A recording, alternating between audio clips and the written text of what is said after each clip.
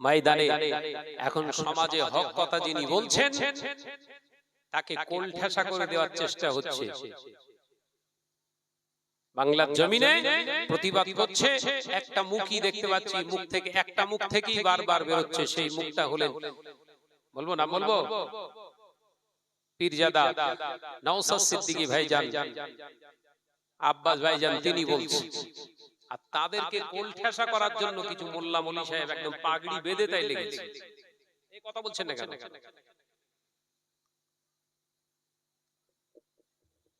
মুসলমানদের লজ্জা থাকা উচিত, যারা আজকে ইফতারের মজলিসে তাদেরকে ইনভাইট করে। হ্যাঁ, তারা অবশ্যই আসবে, আমাদের বাড়িতে আসবে, খাওয়া দাওয়া করবে, ইফতার নয়।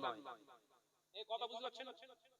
তাদের ফল ফ্রুট আমি যা ইফতার করছি তাকে দেবো, কিন্তু ইফতার নয়।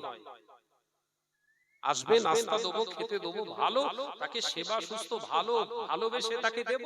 আমার প্রতিবেশী, আমার হক আছে, অবশ্যই সে খাবে, কিন্তু আমার ইফতার নয়। আমি রোজদার, ইফতারটা আল্লাহ আমার জন্য খাস করে পাঠিয়েছে। ইফতার হলো রোজাদারদের জন্য সবথেকে বড় একটা নিয়ামত। একবার জোরে জোরে দিচ্ছ কি? ইফতার খাওয়াচ্ছে,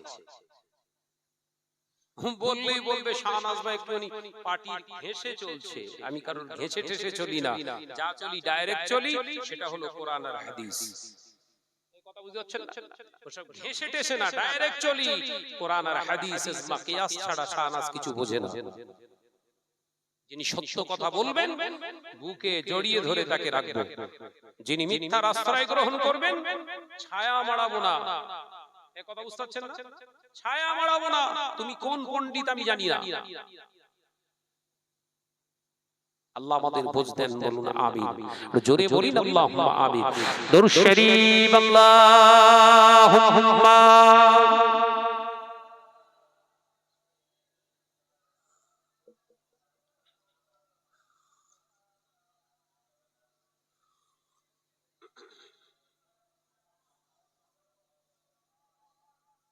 আওয়াজ জোরেরা, যুবকেরা, ছেলেরা, বাচ্চারা, পর্দানশীনা মা ও বোনেরা, ও গম্ভীর গাছের মুসলমানেরা, আলোচনা বুঝুন। আল্লাহ নবী দোজানে বাদশাহ হাবিবুল্লাহ গে, নবী জনাবে মুহাম্মদুর রাসূলুল্লাহ গে সাল্লাল্লাহু আলাইহি ওয়াসাল্লাম পাক জবানে জানিয়ে দিয়ে গেলেন, মান তাশাব্বাহা বিকওমি ফাহুয়া মিনহু। রাকাবুল মুসনাদ আহমদ। আল্লাহ নবী পাক জবানে জানিয়ে দিলেন, ও আমার সাহাবীরা, ও আমার সাহাবারা, আমি নবী তোমাদের জানিয়ে দিয়ে গেলাম, পৃথিবীর জমিনে তোমরা যে কওমের অনুসরণ করবে, যার তাসাফা করে দুনিয়া জিন্দেগিতে দুনিয়াদারি তোমরা করবে, আমি নবী জানিয়ে দিলাম ফাহুয়া মিনহুম, তাদের অন্তর্ভুক্ত হয়ে কিয়ামতের দিনে উঠবে, ময়দানের মাহশারে তাদের সঙ্গে তোমাদের হাসর হয়ে যাবে। আমি নবী জানিয়ে দিলাম, মান আহাব্বা সুন্নতি, যে আমার সুন্নাতকে মহব্বত করলো, ফাকাদ আহাব্বানি, সে আমি নবী আমাকে ভালোবাসলো। ওমান আহাব্বানি, আর আমাকে যে ভালোবাসলো, কানা মাই ফিল জান্নাহ।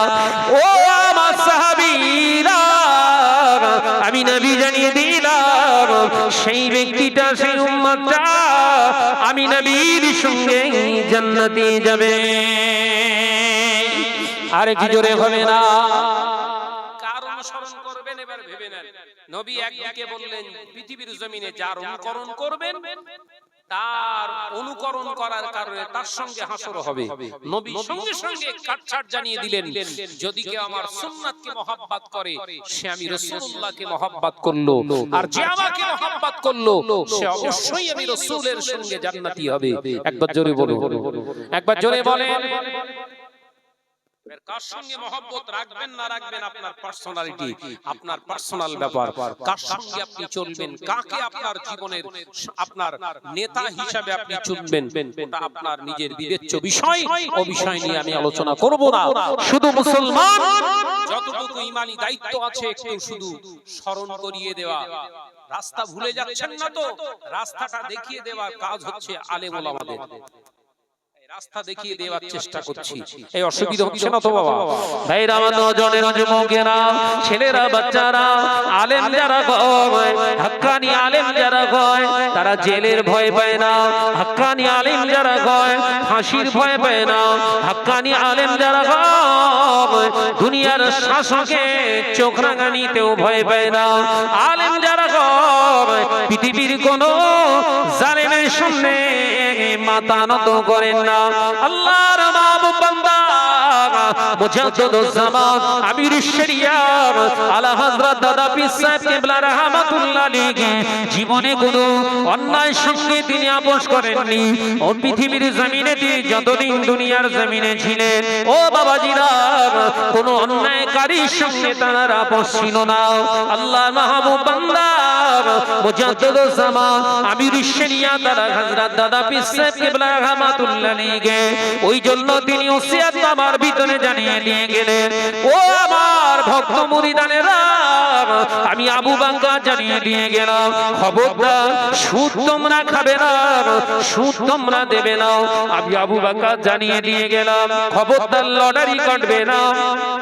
খবরদার আমি আবু বাঙ্কা জানিয়ে দিয়ে গেলাম, খবরদার খবরদার আমি আবু বাঙ্কা সিদ্দিক জানিয়ে দিয়ে গেলাম, নামাজ তোমরা ইচ্ছাকৃতভাবে ছেড়ে দেবে না, নামাজ তোমরা কাজা করবে না, ঘরের মা বোনেদেরকে বেপরদা করে রাখবে না। আমি আবু বাঙ্কা জানিয়ে দিয়ে গেলাম, খবরদার নেশা পান করবে না। কিন্তু জেনে রেখে দেন, আপনার ইত্তেবা যদি ওরা না করে, ওদের জীবনের টোটাল ইবাদতটাকে আমি আল্লাহ শূন্য বানিয়ে দেব। তাই ওদের নামাজ রোজা আগে নয়, রোজা হজ আগে নয়, যাকাত আগে নয়, দান সদকা আগে নয়। আমি আল্লাহ জানিয়ে দিলাম, ফাত্তাবিউনি ইহবিবিকুমুল্লাহ। আমি আল্লাহ বলছি, আপনার ইত্তেবাটাই আগে। একবার জোরে বলে, নামাজ রোজা আগে নয় মিয়া, নবীর ইত্তেবা আগে। আর নবীর ইত্তেবা করলেই তখন আপনার কাছে লটারিটা হারাম মনে হবে। এই কথা বুঝতে পারছেন না? নবীর ইত্তেবা করলে গান বাজনা সিনেমা বায়োস্কোপ আপনার জন্য হারাম মনে হবে। অবৈধভাবে বেগানা নারীর সঙ্গে অবৈধভাবে অবৈধ পন্থায় সম্পর্ক করাটা আপনার তখন অবৈধ বলে মনে হবে। নবীর ইত্তেবা নেই, ভিতরে ভয় নেই, ও নামাজও চলবে, জিনার বিচারও চলবে। এই কথা বুঝতে পারেননি বোধহয়। ও নামাজও চলবে, আবার ওই নিমতলায় যে সহায় নিমতলায় যে লটারিও ধুনবে, যেটা চলছে এই কথা বলে না। সালাম কিয়াম হচ্ছে, ইয়া নবী সালামু আলাইকা, দরুদ শরীফ চলছে, মিলাদ শরীফ চলছে, তার সঙ্গে লটারিও চলছে। নবীর ইত্তেবা হলো শয়তানের কথা বলে না। জি, কিছু কিছু সময় শয়তানও নামাজ পড়ে, জানেন? শয়তানও রোজা রাখে, আপনারা জানেন না। শয়তানও হজে যায়, আপনারা জানেন না। শয়তানও বড় দাড়ি রাখে, বড় জুব্বা পরে, মাথায় পাগড়ি দেয়, হাতে তাসবিহ নিয়ে জপতে আল্লাহ আল্লাহ জিকির করতে করতে দৌড়ায়। শয়তান এগুলো করে আর আল্লাহর কাছ থেকে চেয়েও নিয়েছে, আল্লাহ এগুলো যেন আমি করতে পারি, এ ক্ষমতা আমায় দিতে হবে। কার কাছ থেকে চেয়েছে? জোরে বল না রে বাবা, ওয়াজ বুঝে নেন। তাহলে শয়তানও জুব্বা, শয়তানও পাগড়ি, শয়তানও হাতে তাসবিহ, শয়তানও মাঝে মাঝে নামাজ পড়ে, কারণ এই নামাজি বান্দাগুলোকে জাহান্নামী বানানোর জন্য।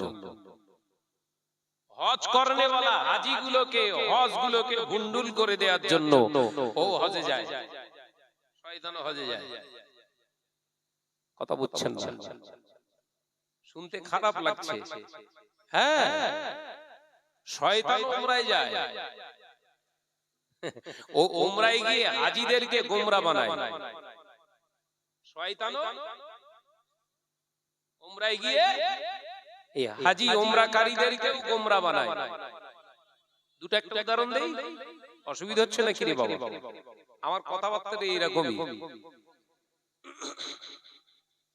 যে উমরা গেছে, অন্যের হক টাকা মেরে দিয়ে, বুনের ফারায়েজ ফাঁকি দিয়ে, ভাই ভাইপোর ফারায়েজ ফাঁকি দিয়ে উমরা ধুনে চলে এসেছে। ভাই ও উমরায় গেছে না গোমরা হতে গেছে? কথা বলে না। কিন্তু হুজুর আমরা তো ওয়াজ করেছি ভাই, কাবা শরীফ ছুলেই গুনাহ মাফ। কাবা শরীফ ছুলেই গুনাহ মাফ। সত্যিই কি তাই? শরীয়তের প্রথম শর্ত হলো উমরা করতে গেলে, হজ করতে গেলে প্রথম শর্ত শরীয়তের হালাল অর্থ থেকে তোমাকে হজ করতে হবে। সুবহানাল্লাহ। ওই জোরে হলো। এগুলো সমাজে আমরা বলি না, এগুলো হজ করলে আর দাওয়াত হবে না। এগুলো বললে আর দাওয়াত আপনারা দেবেন না। ওই জন্য আমরা বলি হজ করুন বাবা, টাকা থাকলে হজ করুন। আসলে এটা শরীয়তের কথা না, বলে আল্লাহে আল্লাহর কসম খেয়ে বলছি, টাকা থাকলেই হজ করুন, এই কথাটা হচ্ছে ইবলিসের। কার কথা? কিন্তু আমরা শরীয়তের উপরে মাখিয়ে ফেলেছি এটা শরীয়তের কথা। আদেও কি তাই শরীয়তের এটা কথা? টাকা থাকলেই হজ না। কে বলেছে? শরীয়তের কোন পাতাতে লেখা আছে টাকা থাকলেই হজ ফরজ? দেখেছেন হজ হয়েছে, কিন্তু হজ হয়ে গেছে, টাকা থাকলেই হজ ফরজ। ওই মৌলী সাহেবের বেশে শয়তান ওয়াজ করেছে আপনার। আপনি ভেবেছেন টাকা থাকলেই হজ ফরজ, ওই জন্য সুদখোররাও হজ করে আসছে। কথা বুঝতে পারেননি বোধহয়। আমার আলোচনা বুঝছেন তো নাকি? ওই জন্য এখন সমাজে দেখে অনেক দিন ধরে লটারি কেটে কেটে বেশ ভালো একটা টাকা বেঁধে গেছে। ও নিয়ত করেছে লটারি কাটা পাপ, এটা তো বিরাট গুনার কাজ করে ফেলেছি। কিন্তু শাহনাজ ভাই ওয়াজ করেছিল কাবা শরীফের চত্বরে গিয়ে নামাজ পড়লি পুরো ধুয়ে মুছে সাফ। এখন যদি 25 লাখ টাকা আমি লটারিতে পাই, 2 লাখ টাকা যদি ওমরা মেরে আসি, অন্তত গুনাহগুলো তো সরে গেল। দেখেছেন শয়তান উমরার ভেতর দিয়ে গোমরা বানাচ্ছে। কথা বুঝতে পারছেন না বোধহয় নাকি? শাহনাজের কথা একটু লাগে, কিন্তু কিছু করার নেই। আপনারা দাওয়াত বন্ধ করতেন। কথা বুঝতে পারছেন না? এগুলো না বললে আমার কবরে আমার বাস পড়বে। নিজের কবরটা তো বাঁচাতে হবে রে ভাই, না পেটের জন্য কবরটা শেষ করব?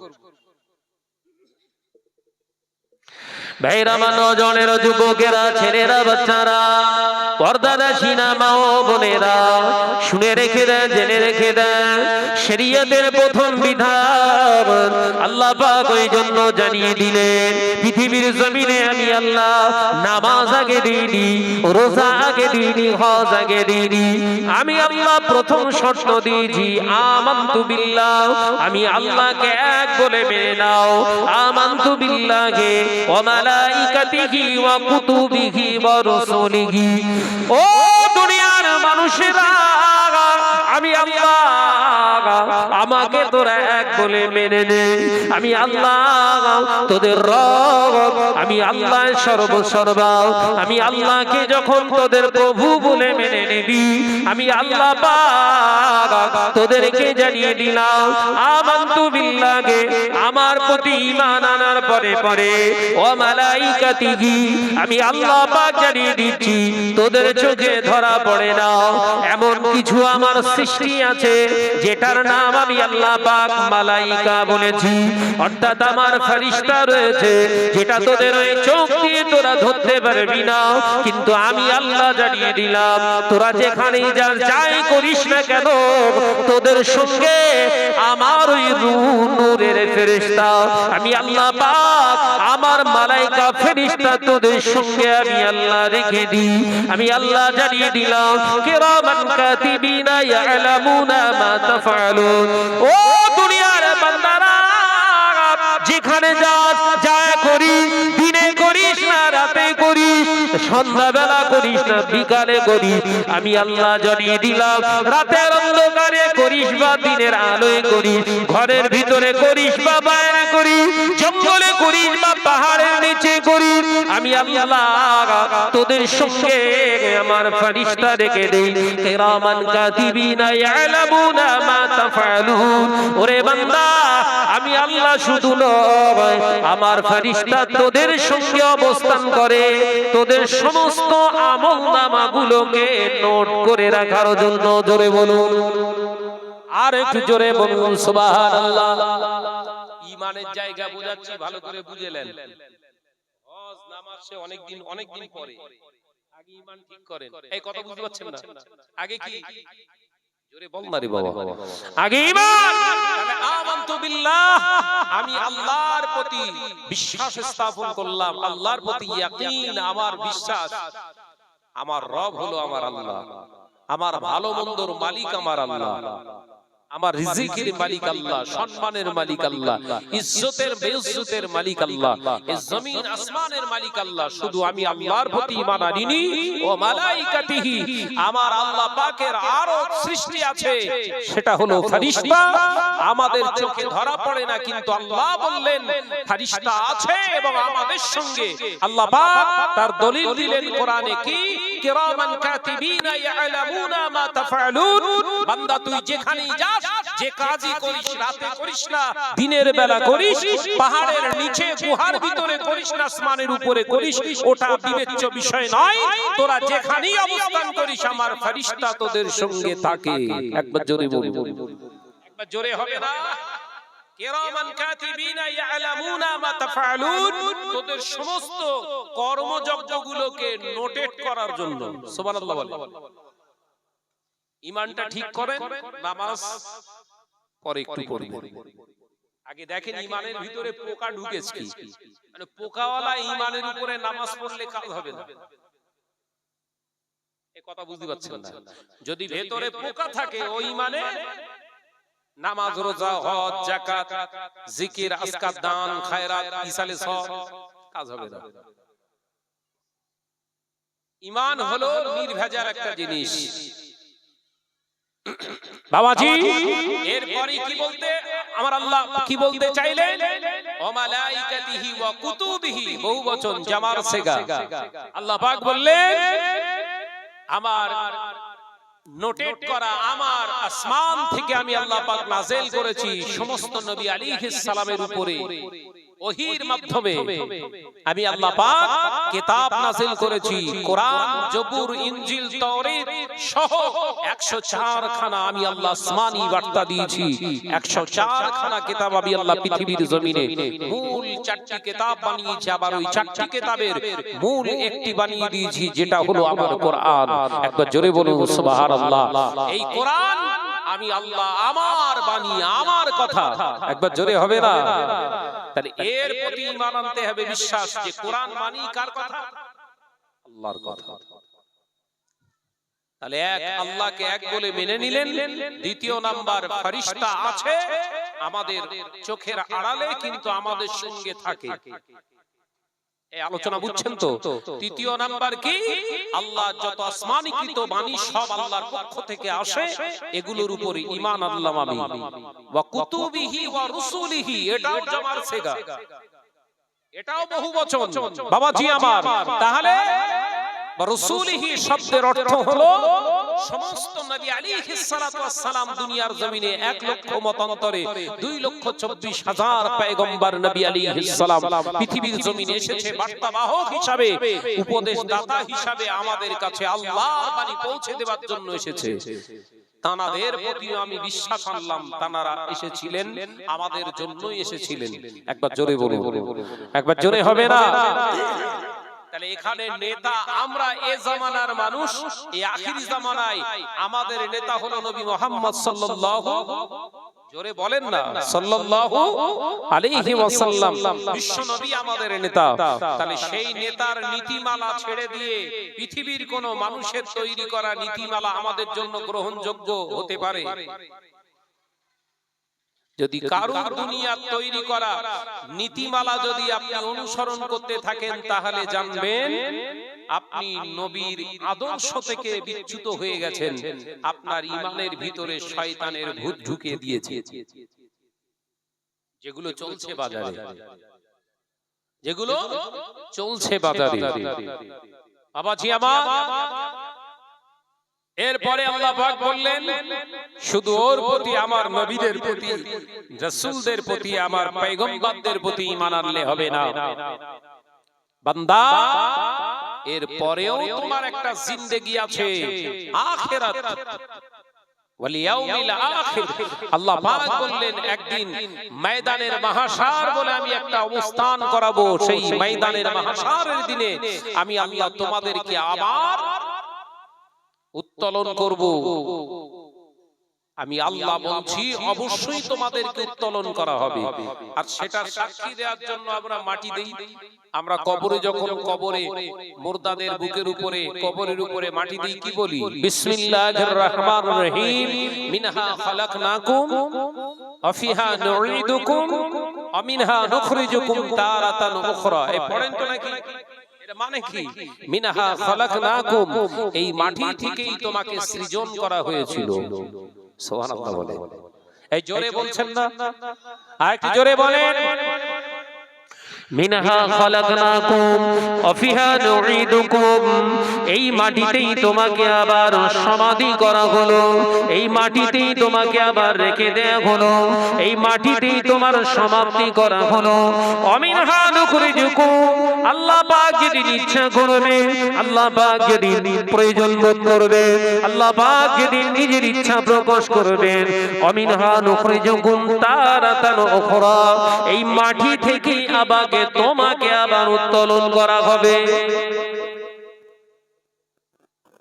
সব পড়িত নাকি?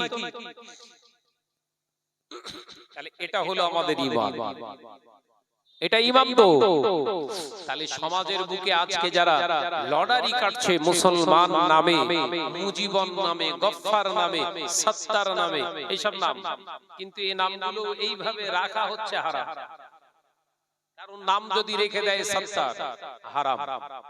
আল্লাহর নাম হলো ইয়া সত্তারু, যার শব্দের অর্থ হলো গোপনকারী। ইয়া সত্তারুল উয়ুব, আল্লাহর একটি নাম কি? ইয়া সত্তারুল উয়ুব, বান্দার সমস্ত গুনাহের পাপাচার, সমস্ত লটঘট সব আমার আল্লাহ পাক নিজের আয়েব দ্বারা ঢেকে রেখে দিয়েছে। জোরে বলো, একবার জোরে হবে না সুবহানাল্লাহ? কিন্তু বান্দার নাম রেখেছে আব্দুস সত্তার, ডাকে বলে সত্তার ভাই, হারাম। এই কথা বুঝছেন না? নাম রেখে দিয়েছে আব্দুল গফফার, ডাকে কি বলে? গফফার ভাই, হারাম।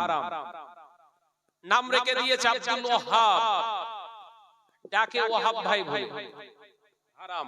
এই কথা বুঝতে পারছেন না? এগুলো সচরাচর আমরা সব করি। নাম রেখেছে আব্দুস শুকুর, শুকুর ভাই বলে ডাকে, চলবে? এসব নিয়ে ওয়াজ হয়নি আর আমরা করি না, কারণ এসব নিয়ে ওয়াজ করতে গেলে আর দাওয়াত হবে না। বলে শাহনাজ ভাই সব হারাম করে রেখে গেছে, ওর গাম্ভীর গাছে দাওয়াতটাই হারাম। এই কথা বুঝছেন না? যে আগে আপনাকে বুঝতে হবে আমি আপনি মুসলমান, আমাদের চলাফেরা, আমাদের কথাবার্তার স্টাইল পৃথিবীর কোন জাতির সঙ্গে মিলবে না। কেন? আল্লাহ বললেন ইন্নাদ দীনা ইনদাল্লাহিল ইসলাম, নিশ্চয় আমি আল্লাহ পাক আমার কাছে মনোনীত পছন্দনীয় দ্বীন হিসাবে আমি আল্লাহ পাক ইসলামকে অ্যাকসেপ্ট করেছি। একবার জোরে বলুন, একবার জোরে হবে না সুবহানাল্লাহ?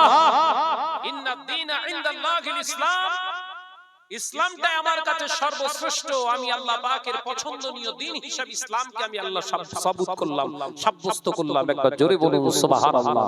তাহলে সেই মুসলমান ইসলাম ধর্ম গ্রহণ করার পরেই তো মুসলমান হন। কথা বলে না। তাহলে আপনার সঙ্গে পৃথিবীর কোন মানুষের স্ট্যাটাস, মানুষের চলাফেরা এক হতে পারে না। আপনি হলেন পৃথিবীর সবথেকে, পৃথিবীর জমিনে উন্নত উম্মত, উন্নত মানব, উন্নত জাতি হিসাবে আল্লাহ পাক কোরআনে আবারও বলে দিয়েছেন কুনতুম খায়রা উম্মতি উখরিজাত লিন-নাস।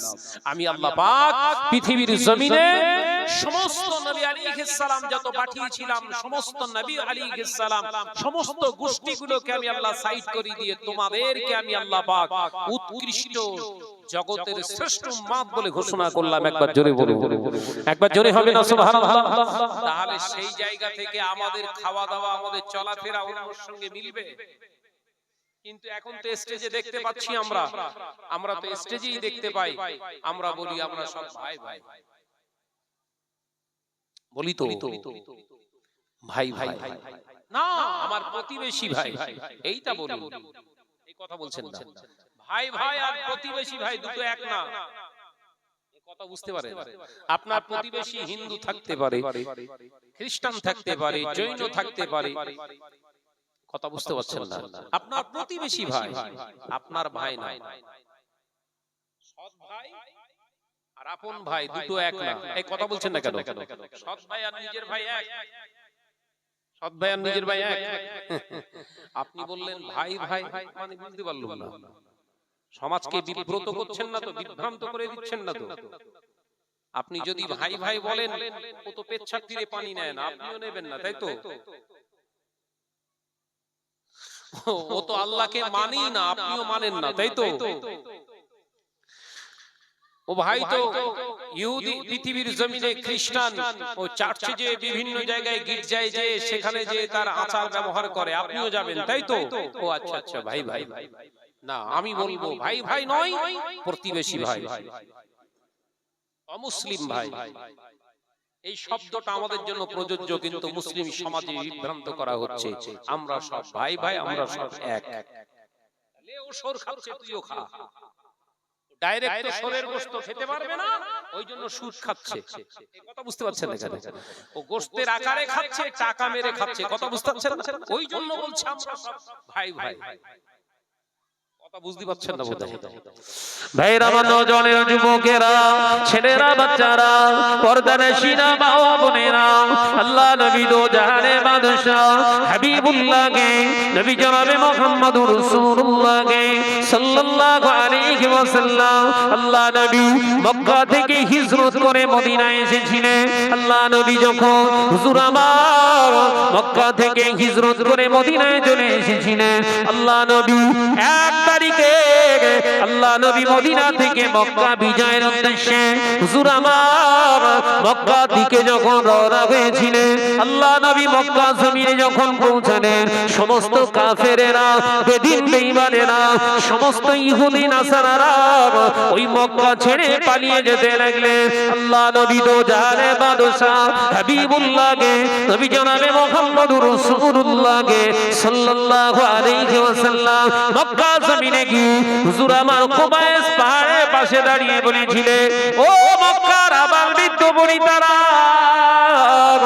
আমি মুহাম্মদ সাল্লাল্লাহু আলাইহি ওয়াসাল্লাম তোমাদেরকে জানিয়ে দিলাম, তোমরা নিজেদের মাতৃভূমি পরিত্যাগ করো না, তোমরা তোমাদের জন্মভূমি ভিটে গোটা ছেড়ে যেও না, তোমাদের বাড়ি, তোমাদের ঘর, তোমাদের সম্পদ, তোমাদের ক্ষেত খামার গুলোকে তোমরা ছেড়ে যেও না। আমি তোমাদেরকে হুমকির জন্য আসিনি, আমি তোমাদের মারতে আসিনি। শুনে রেখে দাও, জেনে রেখে দাও, আমি নবী মুহাম্মদুর রাসূলুল্লাহ সাল্লাল্লাহু আলাইহি ওয়াসাল্লাম আজকে মক্কা জমিনে এসেছি আমার সাথী সঙ্গীদের নিয়ে তোমাদেরকে জানিয়ে দিতে এসেছি, তোমরা সেদিনে সংখ্যা গরিষ্ঠ ছিলে, তোমরা সেদিনে সংখ্যায় অনেক ছিলে, আমাদের উপরে অত্যাচার করেছিলে, আমাদের উপরে নিপীড়ন করেছিলে, আমাদের উপরে কত রকমের প্রতিঘাত, কত রকমের অত্যাচার করে আমার সঙ্গী সাথীদেরকেও পর্যন্ত দুনিয়া থেকে শেষ করে দিয়েছিলে। আমরা তোমাদেরকে শেষ করব না, তোমাদেরকে বার্তা দিতে এসেছি। আজকে আল্লাহ আমাদের সংখ্যা গরিষ্ঠ বানিয়েছে, আজ আমরা মক্কা বিজয় করেছি, কিন্তু তোমাদের ভয় না, তোমরা আমাদের প্রতিবেশী ভাই হিসাবে এখানে থাকবে। একবার জোরে বলুন, একবার জোরে হবে না? নবী বলেছিলেন তোমরা আমার ভাই, তুমি নবীর উম্মত বলে বলো কেন? কথা বুঝতে পারছেন না নাকি? নবী বলেন এই কথা, তুমি বলো কেন? বললেই তো শানাস খারাপ হয়ে যাচ্ছে। নবী কি বললেন? কথা বলছেন না কেন? নবী কি বলেছেন? প্রতিবেশী ভাই। এই শব্দটা তুমি গ্রহণ করছো না কেন? পকেটে টান পড়বে বোধহয় নাকি?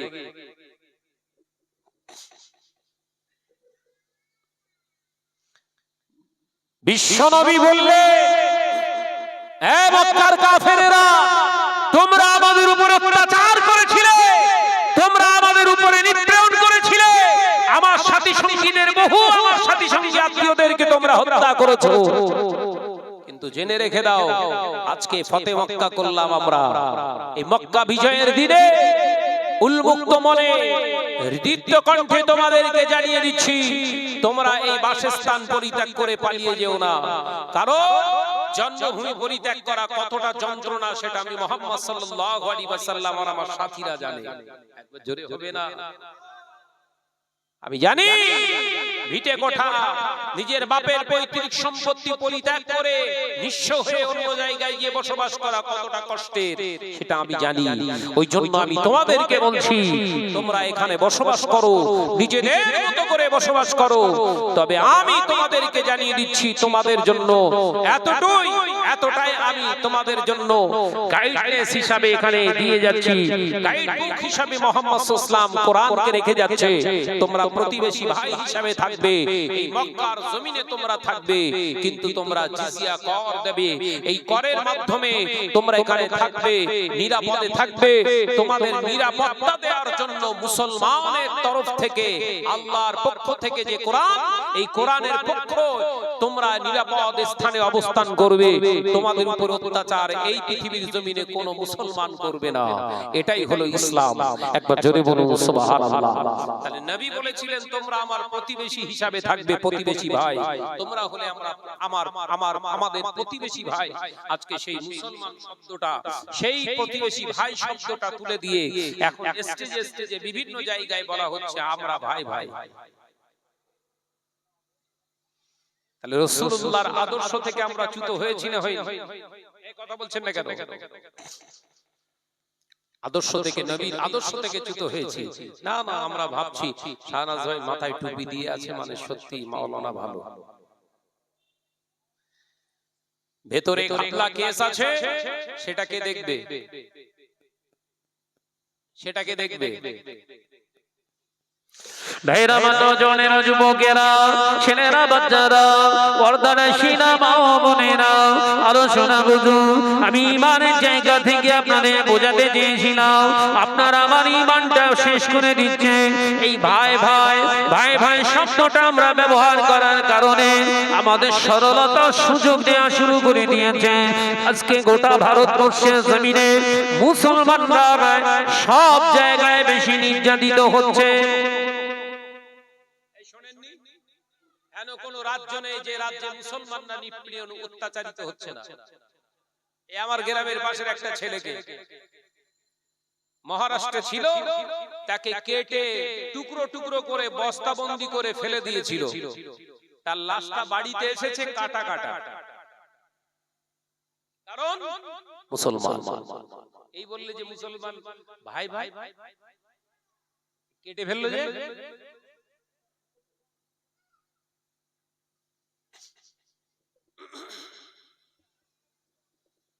গত পরশুর ঘটনা বলছি, বলো।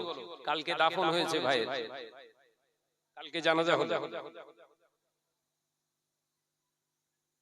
গোটা রাজ্যে, গোটা দেশে, গোটা বিশ্বে মুসলমান সব থেকে বেশি নির্যাতিত হচ্ছে। একটাই জাতি, একটাই কম, একটাই রিলিজিয়ন, ধর্ম পিপাসু মানুষ বেশি নির্যাতিত গোটা পৃথিবীতে, সেটা হলো মুসলমান। কারণটা কি? নবীর আদর্শ ভুলে গেছি। নবীর রেখে যাওয়া আদর্শ যদি আমাদের জীবনে থাকতো, আজকে আমাদের সম্মান দিতে বাধ্য হতো। এই কথা বুঝতে পারছেন না? সম্মান দিতে বাধ্য হতো। সামান্য একটা চেয়ারের আশায় মাথা থেকে টুপি খুলে পকেটে পুরে নিচ্ছি। একটা চেয়ারের আশায় মাথা থেকে টুপি খুলে পকেটে পুরে নিচ্ছি। এর থেকে জঘন্য চরিত্র আর কি হতে পারে? সামান্য একটা পদের আশায়, চেয়ারের আশায়, একটা স্টেজের আশায় আরেকজন ভাইয়ের বিরোধিতা, উল্টো পাল্টা সুর চড়িয়ে কথাবার্তা বলছি, একবারও দ্বিধাবোধ করছে না আমার কলেমার ভাই। কাদের সঙ্গে শত্রুতা করছো একবার ভাবা দরকার ছিল না? গোটা পৃথিবীতে আজকে মুসলমানরা আমরা নির্যাতিত, নিষ্পেষিত। ওই জন্য নবী বলে গেছেন, বিশ্ব নবী জানিয়ে দিয়েছেন, গোটা পৃথিবীতে নেতা ফলানোর চেষ্টা করবে আমার উম্মতের ভিতরে কিছু মুসলমান নামধারী নেতা হওয়ার চেষ্টা করবে, কিন্তু আল্লাহ তাদের কবুল করবে না, তারা নেতা হবে না। মুসলমানদের নেতা একজনই হবে, তিনি হলেন ইমাম মাহদী আলাইহিস সালাতু ওয়াস সালাম। একবার জোরে বলুন, একবার জোরে বলেন সুবহানাল্লাহ। কার কথা বলে গেছেন নবী? একজনই নেতা হবে। নবী নেতা আবার রেখে গেছেন, নিজে নেতা ছিলেন আর একজন নেতাকে চুনে রেখে গেলেন, একজনই নেতা হবে।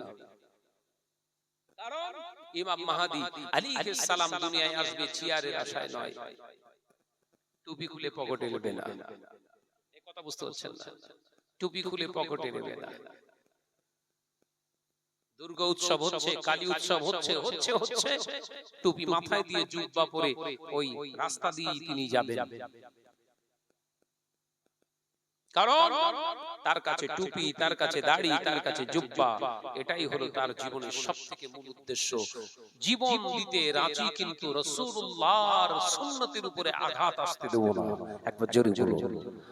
আর আমাদের টুপি কোনো ব্যাপার না ম্যাডাম, আপনি বলেন না, এক্ষুনি ফেলে দেব। আপনি শুধু বলেন, এক্ষুনি ফেলে দেব। কোথায় গেল ইমানের বড়াই, কোথায় গেল রে ভাই? হ্যাঁ, মুসলিম সমাজ ধ্বংস হয়ে যাচ্ছে আর আমরা নিজেদের পকেট পুঁজিতে ধান্দায় ব্যস্ত। ভাইরা, নওজওয়ানেরা, যুবকেরা, ছেলেরা, বাচ্চারা, পর্দার শিনা মা বোনেরা, আল্লাহ নবী তো জানে বাদশাহ হাবিবুল্লাহকে, নবী জনাবে মুহাম্মদুর রাসূলুল্লাহকে সাল্লাল্লাহু আলাইহি ওয়াসাল্লাম, নবী আমার মক্কা জমিনে যখন এই কথা বললেন, কাফেররা হতভম্ব হয়ে গেলেন, অবাক হয়ে গেলেন। আল্লাহ নবী টুকটুক করে কুবাইস পাহাড় থেকে কাবা বাইতুল্লাহ শরীফের পাশে এসে দাঁড়িয়ে বললে, ও মক্কার প্রতিবেশীরা, ও কাবা বাইতুল্লাহর প্রতিবেশীরা, আমি মুহাম্মদ সাল্লাল্লাহু আলাইহি ওয়াসাল্লাম তোমাদেরকে জানিয়ে দিচ্ছি, আল্লাহর খানায় কাবাকে সাক্ষী রেখে তোমাদের জানিয়ে দিচ্ছি, তোমরা যেভাবে আমাদের উপর অত্যাচার করেছিলে, আজকে পারলে কিন্তু সেরকম অত্যাচার আমরা করতে পারি, সেই রকম প্রতিশোধ আমরা নিতে পারি। কিন্তু আজকে জানিয়ে দিচ্ছি, শোনো, আল্লাহর খানায় কাবা, এই পবিত্র খানায় কাবাকে সাক্ষী রেখে বলছি, তোমরা যত উৎপীড়ন, তোমরা নিপীড়ন, যত অত্যাচার আমাদেরকে করেছিলে, আজকে আমি মুহাম্মদ সাল্লাল্লাহু আলাইহি ওয়াসাল্লাম আল্লাহর রাস্তায় তোমাদের maaf করে দিলাম। একবার জোরে হবে না? নবী ইহুদি নাসারা বেদিন বেঈমানদেরকে, কাফেরদেরকে রাসূলুল্লাহ maaf করে দিয়েছে, আর আমরা দাড়িওয়ালা আর একটা দাড়িওয়ালার maaf করতে পারি না। নামাজ পড়ে কপাল কালো, কি কথা বলে না, ভুল বলে ফেললাম। maaf করতে পেরেছেন? আপনি প্রতিবেশী ছেড়ে দেন, আপনার নিজের ভাইকে maaf করতে পেরেছেন? নিজের বোনকে পারেননি। আরে বাপ মাকে ছাড়েন, আর ভাই বোন ও তো অনেক দিক। বাপ আর মায়ের কথা বলছে, কথা বলছেন না কেন?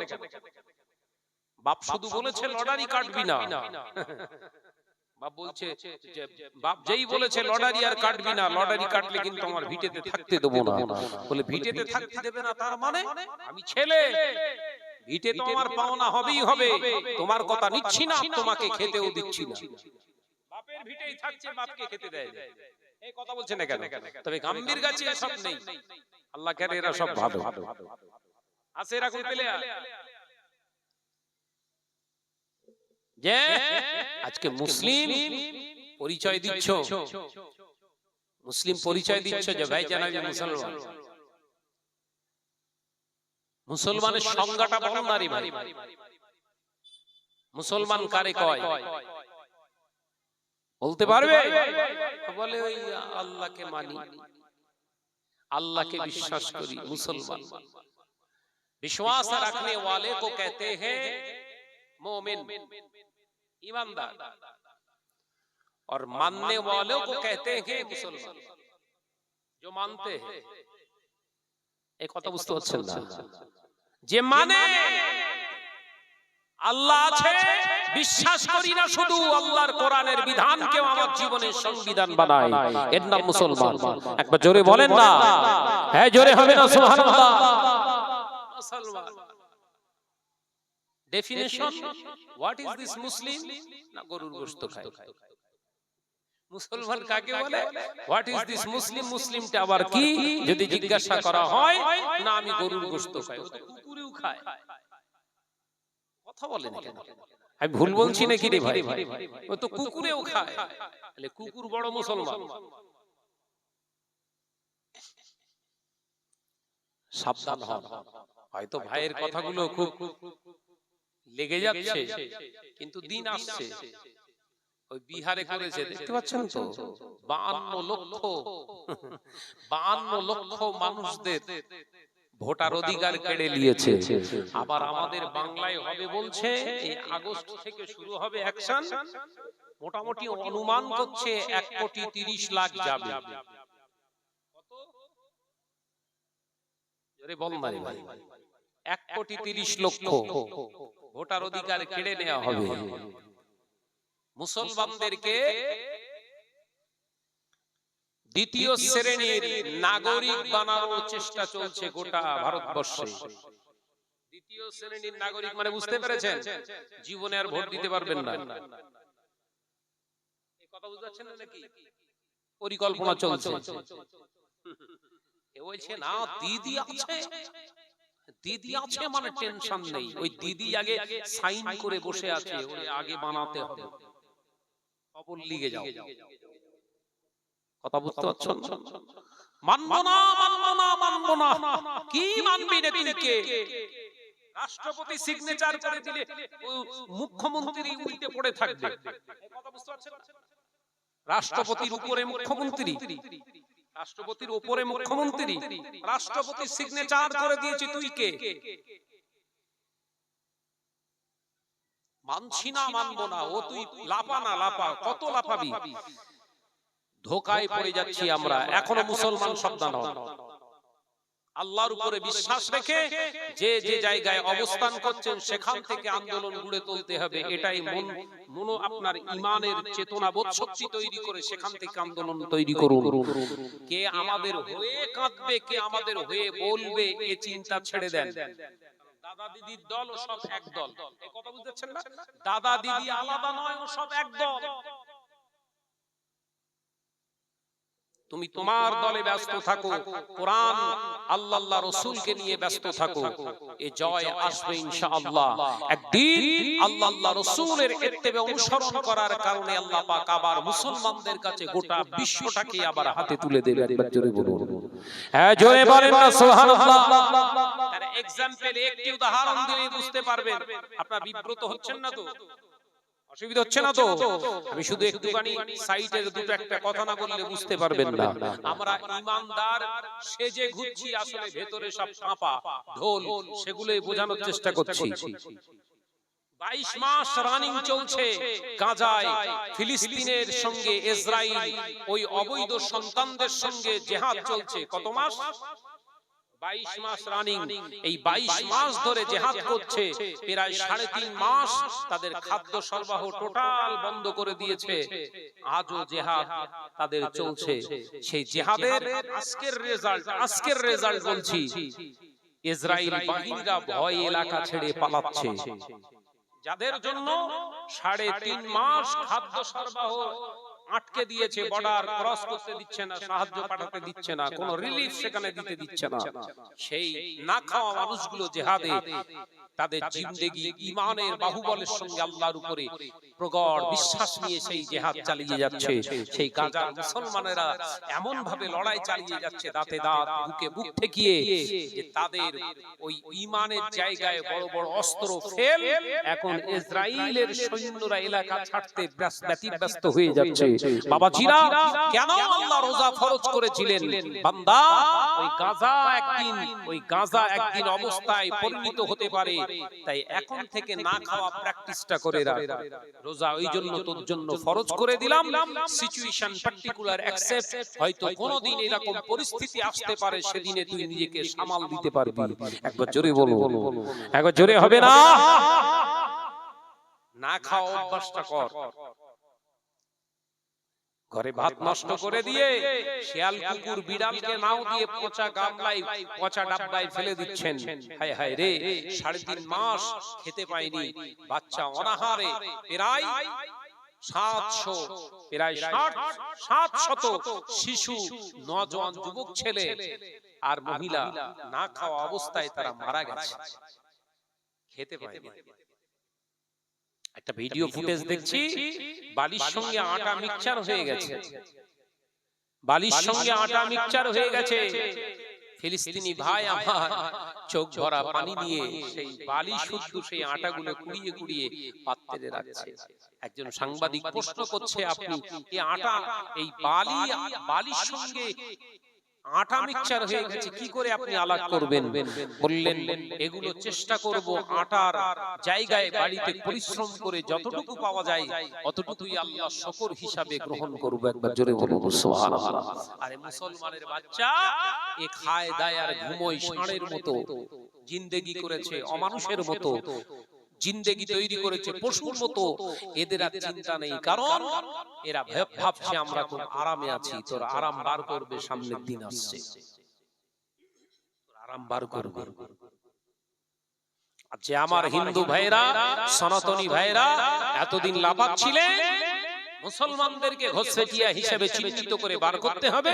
ওই বিহারের দিকে তাকিয়ে দেখ ভাইরা আমার, প্রতিবেশী ভাই হিন্দু অমুসলিম ভাইরা, ওই বিহারের দিকে তাকিয়ে দেখো, পশ্চিমবঙ্গে ওটা শুরু হয়ে গেলে তোদের অংশ কতটা শেষ করবে। 52 লক্ষ ভোটার লিস্ট থেকে আউট করেছে, তার ভিতরে 32 লক্ষ ওদের।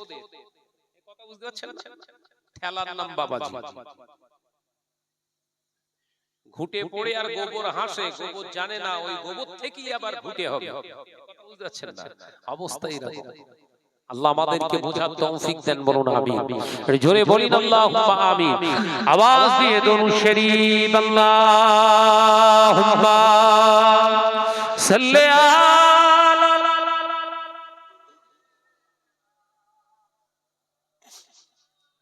একটু আওয়াজ দেন না রে বাবা। ওয়ালা আলি।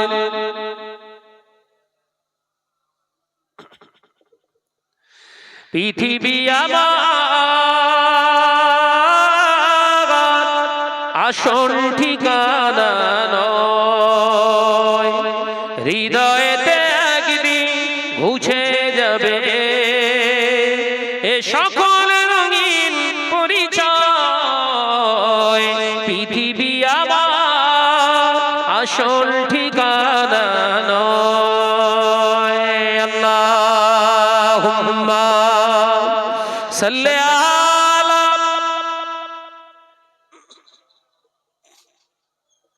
মাশাআল্লাহ মাশাআল্লাহ, আরেকটু জোরে ওয়ালা আলি।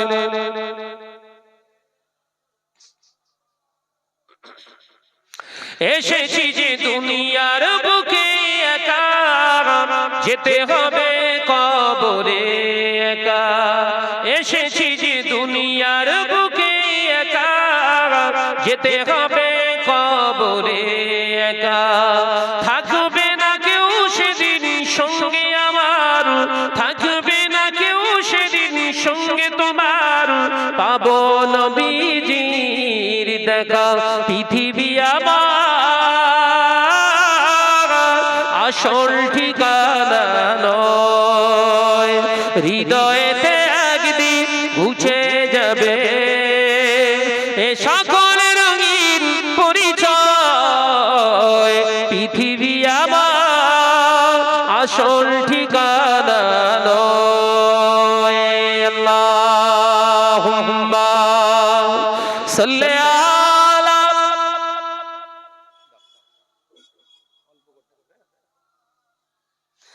আর একটু জোরে বলে ওয়ালা আলি।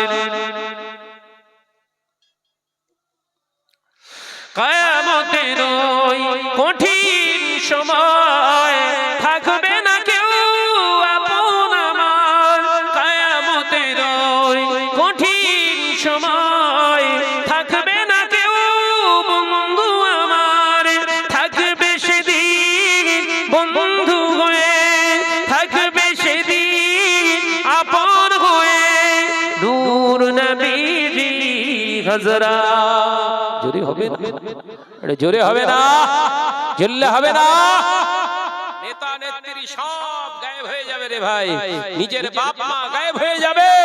নিজের সন্তান বিবি গায়েব হয়ে যাবে, ময়দানের মাহশারে একজন নেতাকে পাওয়া যাবে, তিনি আমার নবী মুহাম্মদ সাল্লাল্লাহু আলাইহি ওয়াসাল্লাম। একবার জোরে বলুন, এবার জোরে বলে। আল্লাহ পাক আওয়াজ দিয়ে বলবেন, হাবিব এইখানে কেন আপনি? আল্লাহ নবী বলবেন, আল্লাহ উম্মত আছে যেখানে, আমি নবী মুহাম্মদ সেখানে। হাবিব আপনি কি চান? হাবিব আপনি কি চান? আল্লাহ আমার উম্মতদেরকে নাজাত চায়, আমার উম্মতদেরকে নাজাত দিন, আমার উম্মতদেরকে আপনি নাজাত দিয়ে দিন। আল্লাহ পাক বলবেন, হাবিব আমি আল্লাহ পাক জানিয়ে দিলাম পৃথিবীর জমিনে যত নবী আলাইহিস সালাম আমি প্রেরণ করেছিলাম, সমস্ত নবী আলাইহিস সালাম বলেছিলেন, আল্লাহ আপনি যাতে রাজি আমি তাতে রাজি। তারা সমস্ত একই বাক্য বলেছিলেন, আল্লাহ আপনি যাতে রাজি আমি তাতে রাজি। আর আজকে ময়দানের মাহশারে আমি আল্লাহ পাক জানিয়ে দিলাম, হাবিব আজকে ময়দানের মাহশারে আপনি যাতে রাজি আমি আল্লাহ তাতে রাজি। জোরে বলে। তাহলে কার অনুসরণ করবেন?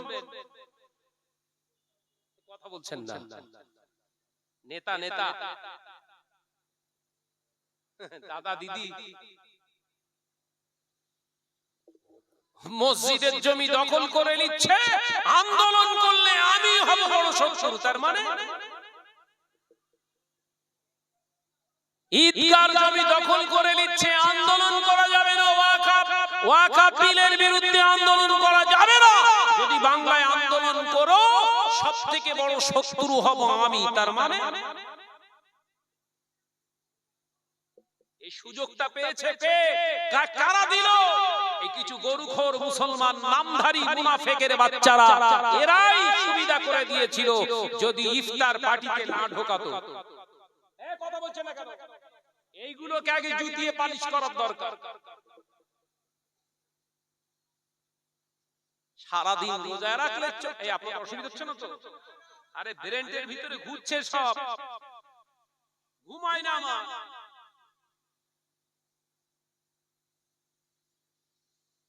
14 ঘন্টা 13 ঘন্টা রোজা রাখলি তুই, আর তোর ইফতারের মজলিসেও পেচ্ছাপ ফিরে পানি নাই।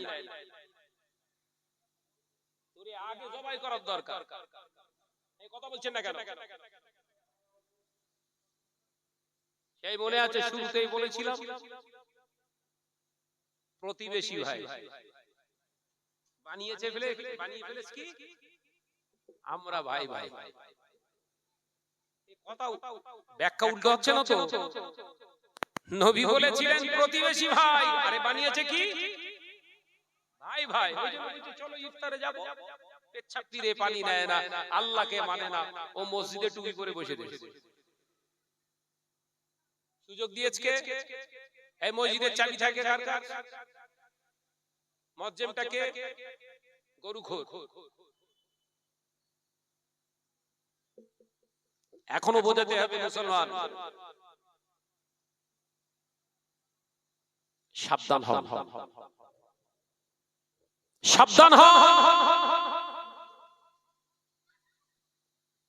ময়দানে এখন সমাজে হক কথা যিনি বলছেন তাকে কোল ঠেসা করে দেওয়ার চেষ্টা হচ্ছে। বাংলার জমিনে প্রতিবাদ করছে, একটা মুখই দেখতে পাচ্ছি, মুখ থেকে একটা মুখ থেকেই বারবার বের হচ্ছে। সেই মুখটা হলেন, বলবো না বলবো, পীরজাদা নওশাদ সিদ্দিকী ভাইজান, আব্বাস ভাইজান, তিনি বলছেন। আর তাদেরকে কোল ঠেসা করার জন্য কিছু মোল্লা মলি সাহেব একদম পাগড়ি বেঁধে তাই লেগেছে। এই কথা বলছেন না কেন?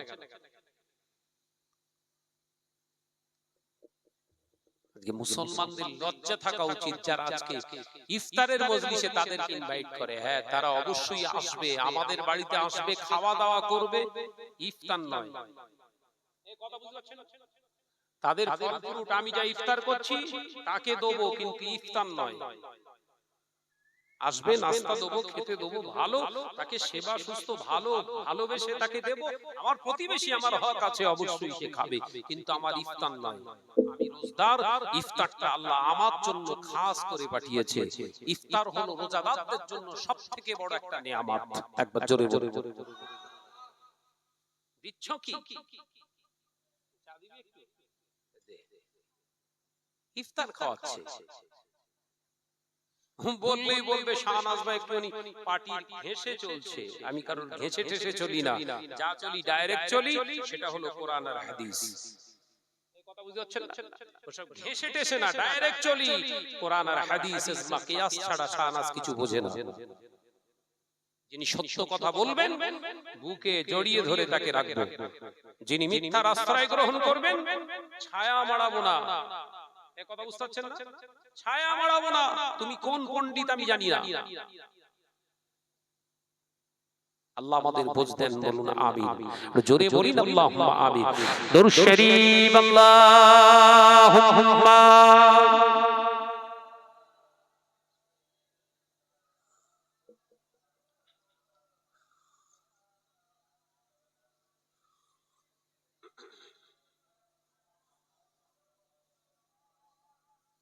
আমার নজরেরা, যুবকেরা, ছেলেরা, বাচ্চারা, পর্দানশীনা মা ও বোনেরা, ও গম্ভীর গাছের মুসলমানেরা, আলোচনা বুঝুন। আল্লাহ নবী নূজানে বাদশাহ হাবিবুল্লাহকে, নবী জনাবে মুহাম্মদুর রাসূলুল্লাহকে সাল্লাল্লাহু আলাইহি ওয়াসাল্লাম পাক জবানে জানিয়ে দিয়ে গেলেন, মান তাশাব্বাহা বিকওমি ফাহুয়া মিনহু।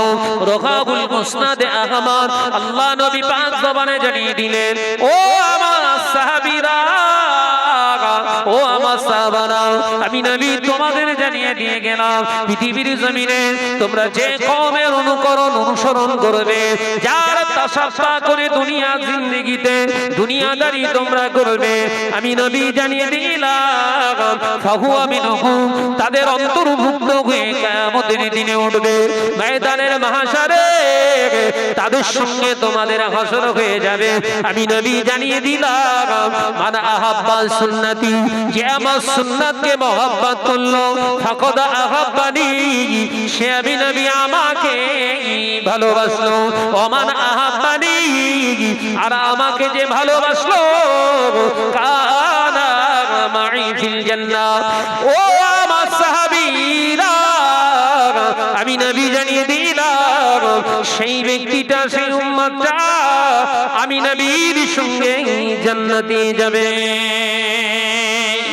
আর কি জোরে হবে না? কার অনুসরণ করবেন এবার ভেবে নেন। নবী একদিকে বললেন পৃথিবীর জমিনে যার অনুকরণ করবেন, তার অনুকরণ করার কারণে তার সঙ্গে হাসর হবে। নবী সঙ্গে সঙ্গে কাটছাট জানিয়ে দিলেন, যদি কেউ আমার সুন্নাতকে মহব্বত করে, সে আমি রাসূলুল্লাহকে মহব্বত করলো, আর যে আমাকে মহব্বত করলো, সে অবশ্যই আমি রাসূলের সঙ্গে জান্নাতি হবে। একবার জোরে বলুন, একবার জোরে বলেন। কার সঙ্গে মহব্বত রাখবেন না রাখবেন আপনার পার্সোনালিটি, আপনার পার্সোনাল ব্যাপার। কার সঙ্গে আপনি চলবেন, কাকে আপনার জীবনের আপনার নেতা হিসাবে আপনি চুনবেন, ওটা আপনার নিজের বিবেচ্য বিষয়। ও বিষয় নিয়ে আমি আলোচনা করব না। শুধু মুসলমান যতটুকু ঈমানি দায়িত্ব আছে একটু শুধু স্মরণ করিয়ে দেওয়া। রাস্তা ভুলে যাচ্ছেন না তো? রাস্তাটা দেখিয়ে দেওয়ার কাজ হচ্ছে আলেম ওলামাদের। রাস্তা দেখিয়ে দেওয়ার চেষ্টা করছি। এই অসুবিধা হচ্ছে না তো বাবা? ভাইরা, আমার নজরের যুবকেরা, ছেলেরা, বাচ্চারা, আলেম যারা হয়, হাক্কানি আলেম যারা হয়, তারা জেলের ভয় পায় না। হাক্কানি আলেম যারা হয়, ফাঁসির ভয় পায় না। হাক্কানি আলেম যারা হয়, দুনিয়ার শাসকে চোখ রাঙানিতেও ভয় পায় না। আলেম যারা হয়, পৃথিবীর কোন জালেমের সামনে মাথা নত করেন না। আল্লাহর মাহবুব বান্দা মুজাদ্দিদুজ জামান আমিরুশ শরিয়াত আলা হযরত দাদা পীর সাহেব কিবলা রাহমাতুল্লাহ আলাইহি জীবনে কোনো অন্যায় সঙ্গে তিনি আপোষ করেননি। ও পৃথিবীর জমিনে তিনি যতদিন দুনিয়ার জমিনে ছিলেন, ও বাবাজিরা, কোনো অন্যায়কারীর সঙ্গে তার আপোষ ছিল না। আল্লাহর মাহবুব বান্দা মুজাদ্দিদুজ জামান আমিরুশ শরিয়াত আলা হযরত দাদা পীর সাহেব কিবলা রাহমাতুল্লাহ আলাইহি ওই জন্য তিনি ওসিয়ত আমার ভিতরে জানিয়ে দিয়ে গেলেন, ও আমার ভক্ত মুরিদানেরা, আমি আবু বকর জানিয়ে দিয়ে গেলাম, খবরদার সুদ তোমরা খাবে না, সুদ তোমরা দেবে না। আমি আবু বকর জানিয়ে দিয়ে গেলাম, খবরদার লটারি কাটবে না। খবরদার আমি আবু বকর জানিয়ে দিয়ে গেলাম, খবরদার খবরদার আমি আবু বকর সিদ্দিক জানিয়ে দিয়ে গেলাম, নামাজ তোমরা ইচ্ছাকৃতভাবে ছেড়ে দেবে না, নামাজ তোমরা কাজা করবে না, ঘরের মা বোনেদেরকে বেপরদা করে রাখবে না। আমি আবু বকর জানিয়ে দিয়ে গেলাম, খবরদার নেশা পান করবে না। আমি আবু বকর জানিয়ে দিয়ে গেলাম, সুদখোরের সঙ্গে আত্মীয়তা করবে না। আমি আবু বকর তোমাদের জানিয়ে দিয়ে গেলাম, এইভাবে যদি তোমরা কংক্রিট জীবন বানাতে পারো, ইনশাআল্লাহ কিয়ামতের কঠিন দিনে আল্লাহর নবীর দামান ধরে নবীর খাঁটি উম্মতের পরিচয় দিতে পেরে যাব। একবার জোরে হবে না? ও বাবাজিরা, গম্ভীর গাছের মুসলমানেরা, মুজাদ্দিদুজ জামান অন্যায়ের সঙ্গে আপোষ করেননি। ওই জন্য নিজের ভক্ত মুরিদদেরকে তিনি জানিয়ে দিয়ে গেলেন, তোমরাও অন্যায়কারীদের সঙ্গে আপোষ করবে না। নিজের রাস্তা নিজের কবর বাঁচিয়ে রেখে রাস্তা দেখিয়ে রেখে চলে গেছে। জোরে বলুন না সুবহানাল্লাহ। এই জোরে হবে না? আর আমাদের ভিতরে এত কবরের চিন্তা, টুপি খুলে পকেটে নিচ্ছে। কবরের চিন্তা আছে তো? পকেটের চিন্তা আছে। পকেট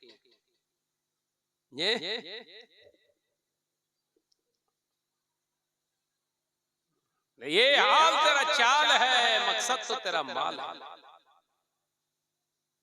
ये हाल तो तेरा चाल है, मकसूद तो तेरा माल है, लाखों को गुमराह बना दिया। বাবাজি, এখনো সময় আছে, ফিরে আসেন। মুজাদ্দিদুজ জামানের নীতি আদর্শকে একদম কঠোরভাবে নিজের জীবনে ধারণ করুন। কে আপনাকে ভালো বললো খারাপ বললো দেখার দরকার নেই, দেখার দরকার নেই। আমি আমার ক্ষুদ্র জ্ঞানে আমি যেটা বুঝি, আমি ভাই একদম অ্যাকুরেট ভাবে ওইভাবে চলি। কে আমায় খারাপ বলছে, কে খারাপ বলছে, কে এ বলছে, কেউ কেউ আবার শুধু সাধারণ মানুষ নয়, সাধারণ মানুষ নয়, শাহনাজ এইভাবে চলে, এইভাবে বলে বলে এখন শাহনাজের পিছনে আমার পিছনে সব দাড়িওয়ালা মৌলী সাহেব লেগেছে, উল্টো পাল্টা প্রচার করছে, কোরআন পড়তে পারে না, এই পড়তে পারে না, সেই পড়তে পারে না। আচ্ছা বাবা, আমি নাই পারিনি, তা তুমি এত পারো, তা তোমার এত ভুল হয় কেন? কথা বুঝতে পারছেন? শাহনাজ এক জায়গায় ভুল মানে মিস্টেক, বাই মিস্টেক হয়েছে, একটা ওয়ার্ড ছেড়ে গেছে, একটা ওয়ার্ড ছেড়ে গেছে। তিনি দেখি মাস্টার মশাই পড়ছে, তা গোটা পৃষ্ঠাই ভুল। শাহনাজের একটা শব্দ ভুল হয়ে গেছে, ছেড়ে গেছে, স্বীকার করি, হ্যাঁ ওটা আমার স্লিপ অফ টাং কিংবা হয়েছে। একটা স্টেজ শেষ করে আরেকটা স্টেজ গিয়েছি, একদিনে 4 ঘন্টা 4.5 ঘন্টা 5 ঘন্টা বকা মানে ব্রেনের উপরে করতে পারে, স্বাভাবিক স্বাভাবিক। সামান্য আমি পরপর আপনাদের নেক দোয়, আমি তো পরপর 3 বছর আল্লাহর খানায় কাবা আল্লাহ আমাকে নিয়ে গেছেন, আগামীতেও যাব ইনশাআল্লাহ আল্লাহ চাইলে। তো দেখলাম মসজিদে নববী শরীফের ইমাম তিনিও কেরাত পড়তে যেয়ে ভুলে গেছেন, ভুল পড়ে ফেলেছে। কোথাকার ইমাম বললাম? ওয়াজ করতে করতে আমার একটা ওয়ার্ড ছেড়ে গেছে, সেইটা নিয়ে তোলপাড় করা হলো, এলাকায় ভাইরাল করে দেয়া হলো, কোরআন পড়তে পারে না। আচ্ছা বাবা, ঠিক আছে, তা কাবা বাইতুল্লাহ শরীফের ইমামও কোরআন পড়তে পারে না? আমি তারাবি পড়লাম, আল্লাহ একবার নয়, আল্লাহ আমাকে 3টে রমজান ওখানে নামাজ পড়ার সুযোগ দিয়েছে। 3টে রমজানে গেছি আমি, মসজিদে নববী শরীফে, বাইতুল্লাহ শরীফে, হারাম শরীফে নামাজ পড়েছি, তারাবি পড়েছি বাবাজি। এখন তো 10 রাকাত তারাবি করে দিয়েছে।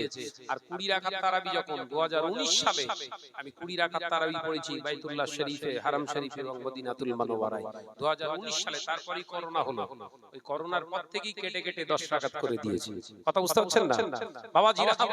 যে কথা আমি বলতে চেয়েছিলাম, ইমাম সাহেব কেরাত পড়তে পড়তে নামাজে ভুল করছে, এক জায়গায় বারবার ভুল হচ্ছে, বারবার পেছন দিক থেকে লোকমা দিচ্ছে, আবার পড়ার চেষ্টা করছে, আবার ভুলে যাচ্ছে। এখন ভাই ওয়াজ করতে করতে কারুর যদি ওয়াজ করতে করতে একটা ওয়ার্ড ছেড়ে যায়, তার ওয়াজে লোকমা দিতে তো অসুবিধে নেই, আর তো গুনাহ হবে না বা বিশাল কিছু মহারতি হবে না, আর তো ওয়াজ হয়ে গেছে। সে যদি আবার উইথড্র করে তাহলে তো শেষ হয়ে গেল। কিন্তু নামাজ একটা ইবাদত, সেই ইবাদতের ভিতরে কিরাত ভুল হচ্ছে, কি হবে বাবা? সেই ইমাম সাহেবের শুধু হচ্ছে না, ইমাম সাহেবের পিছনে নামাজ পড়ছে। এবছরে মাহে রমজানে উমরা করেছে 2,2,2,5 লক্ষ মানুষ। কত বললাম? জোরে বল না রে বাবা। 2,2,2,5 লক্ষ মানুষ এবছর রমজান মাসে উমরা করেছি আমরা। গত রমজানে ছিল 1,43 লক্ষ মানুষ। তাহলে ভুল হবে স্বাভাবিক, আর ভুল থেকেই তো এই পৃথিবীতে আসা। কিসের কারণে? ভুলের কারণে বাবাজি আমার। তাই এগুলো নিয়ে যারা হুড়ুম হুড়ুম করছে, উদ্দেশ্য কি? ও বাড়ছে, ওকে নামিয়ে দাও। উদ্দেশ্য কি? ও উপরে উঠছে, ওকে নামাও, আমি একটু উঠবো। ওরে নারে পাগলা, তোর ঈমানে গন্ডগোল, পোকা লেগে গেছে তোর ঈমানে। কারণ তুই আল্লাহর দেওয়া সম্মানকে বিশ্বাস করিস না। ভাবিস ওর বিরুদ্ধে আমরা বললে বোধহয় ওর ডাউন হয়ে যাবে, আমরা একটু উপরে উঠতে পারবো। কিন্তু তুই পড়িছিস বোধহয়, আমার তো জানা নেই পড়িছিস কিনা। আল্লাহ কোরআনে বলছে, অত ইজ্জু মান তাশা ওয়া তুযিল্লু মান তাশা। ইজ্জত দেই আমি আল্লাহ, ইজ্জত দাতাকে। এই জোরে বলেন, আমি আল্লাহ ইজ্জত দেই, আমি আল্লাহ ইজ্জত নেই। ইজ্জত বাড়া কুমার সব হাত আমি আল্লাহ আমার কাছে। একবার জোরে বলুন না, এই জোরে হবে না? ভাইরা আমার, নজনেরা, যুবকেরা, ছেলেরা, বাচ্চারা, পর্দানশীনা মা ও বোনেরা, ছেলেরা, বাচ্চারা, আলোচনা বুঝুন।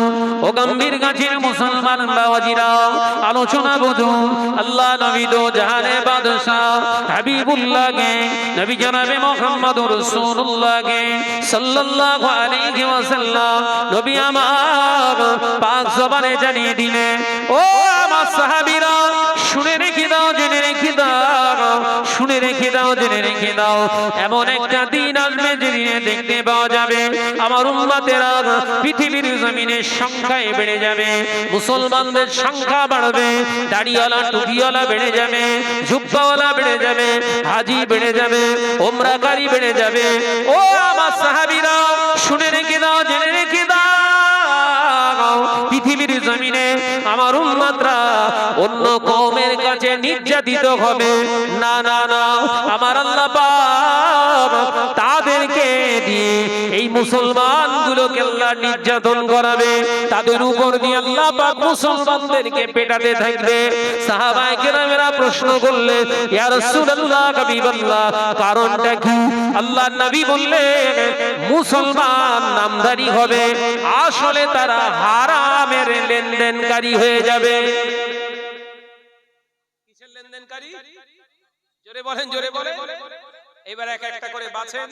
মহিলা সমিতি হালাল, বন্ধন গ্রুপ হালাল, কথা বলে না তো। লটারি, সব চুপ করে, সব লটারি কাটা হালাল না, সব চুপ করে মানে হালাল। লটারি কাটা জোরে বলতে হবে হারাম। গান বাজনা, ওই মোবাইলে ইজি রিচার্জ করে পরের মেয়ের সঙ্গে কথা বলা, কথা বলে না। গভীর রাতে অন্যের বউয়ের সঙ্গে সম্পর্ক করা, সব চুপ করে, হালাল বোধহয় নাকি, কথা বলে না। যে ওই কালো তার গ্রামে ঢোকানো, কালো তার, কালো তার, কেবিল, কেবিল 350 টাকা হালাল। কথা বলে না, চুপ করে সব বুঝতে পারে না আওয়াজ। বিশ্বনবীর কথাটা বুঝে নেন। বিশ্বনবী বললেন উম্মতেরা সেই দিনে নির্যাতিত হবে না, আল্লাহর পক্ষ থেকে এটাই হবে মুসলমানদের উপরে গজব। এটাই হবে মুসলমানদের উপরে গজব। কেন? তারা হারামের সঙ্গে সম্পর্ক, সব ঘরে ঘরে হারামের সঙ্গে সম্পর্ক করে ফেলবে, কারণ তাদের হারামের লেনদেন চলবে। বাবাজি আমার, এখন ভাই আর ভাবির সঙ্গে ভালো ব্যবহার করে না, যা বোন তৈরি করা ভাবির সঙ্গে যা কথা বলে। নিজের ভাইয়ের সঙ্গে বোন এখন ভালো করে আর কথা বলতে চায় না, পাতানো বোনের সঙ্গে রাত দিন 24 ঘন্টায় ব্যস্ত আছে। তাহলে যেটা ছিল হারাম সেটা বানিয়েছি হালাল। ওই জন্য মার খাওয়াটা আমাদের জন্য জোরে বলেন হালাল। হারামটাকে যখন বানিয়ে ফেলেছি হালাল, মার খাওয়াটাও হালাল। ভাইরা, নওজওয়ানেরা, যুবকেরা, ছেলেরা, বাচ্চারা, পর্দানশীনা মা ও বোনেরা, আল্লাহ নবী দো জাহানে বাদশা হাবিবুল্লাহ কে, নবী জনাবে মুহাম্মদ রাসূলুল্লাহ কে সাল্লাল্লাহু আলাইহি ওয়াসাল্লামের এই আদর্শকে মেনে নিয়ে জীবন গঠন করার কারণে বিশ্বের ইমামে আযম নোমান বিন সাবিত আবু হানিফা রাহমাতুল্লাহ আলাইহি হুজুরকে জীবনে 20 পান করতে হয়েছিল, শাহাদা শহীদ হতে হয়েছিলেন মুসলমান। ও মুসলমানেরা, ভাইয়া বাবাজিরা, হযরতে বিশ্বের ইমামে নোমান বিন সাবিত আবু হানিফা রাহমাতুল্লাহ আলাইহি আল্লাহর মস্ত বড় একজন হাক্কানি আলেম শুধু ছিলেন না, আল্লাহর ওলি ছিলেন, আল্লাহর মাহবুব বান্দা ছিলেন। শাসকের বিরুদ্ধে কথা বলার কারণে আল্লাহর কোরআনকে জিন্দা রাখার জন্য নিজের জীবনটাকে কুরবান করে গিয়েছে। ও বাবাজিরা, আজকে সমাজের বুকে আমরা আলেম হিসাবে পরিচিত, নিজেদেরকে দান করি, সমাজের বুকে আমরা আলেম বলে নিজেদেরকে পরিচয় দিই। অবাক হয়ে যেতে হয় বাবাজি, বর্তমান মুসলমানদের ওয়াকফ সম্পত্তি নিয়ে দিন কতক আমরা বিরাট আন্দোলন করলাম, সমাজে মাঠে ময়দানে হই হই কাণ্ড, রই রই ব্যাপার। ওয়াকফ বিল না প্রত্যাহার করা পর্যন্ত আমরা পথ ছাড়বো না, আন্দোলন ছাড়বো না। সেই নেতাগুলো, সেই মুসলমান নেতাগুলো এখন যাচ্ছে সব ঠান্ডা করে ঘুমায়।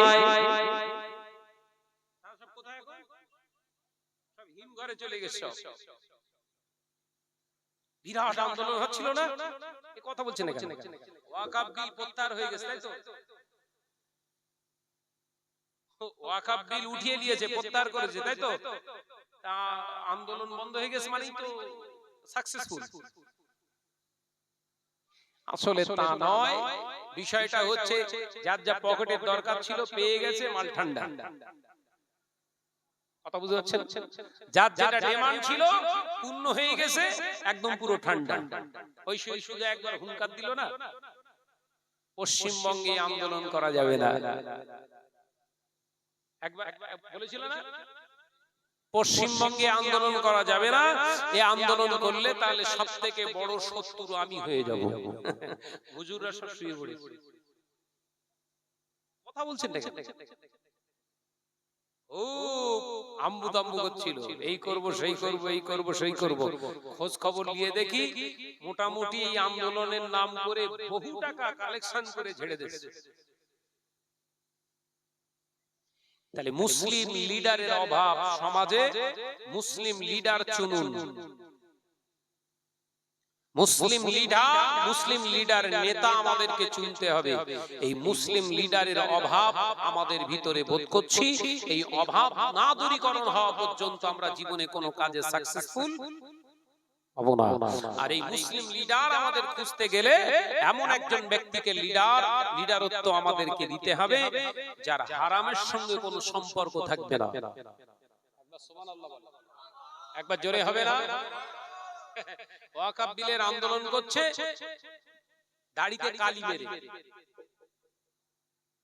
ওয়াকফ বিলের আন্দোলনে মুখ্য ভূমিকা নিচ্ছে কে? সে দাড়ি কলপ করে রেখেছে, যেটা হাদিস পাকের ভিতরে সরাসরি হারাম করা হয়েছে।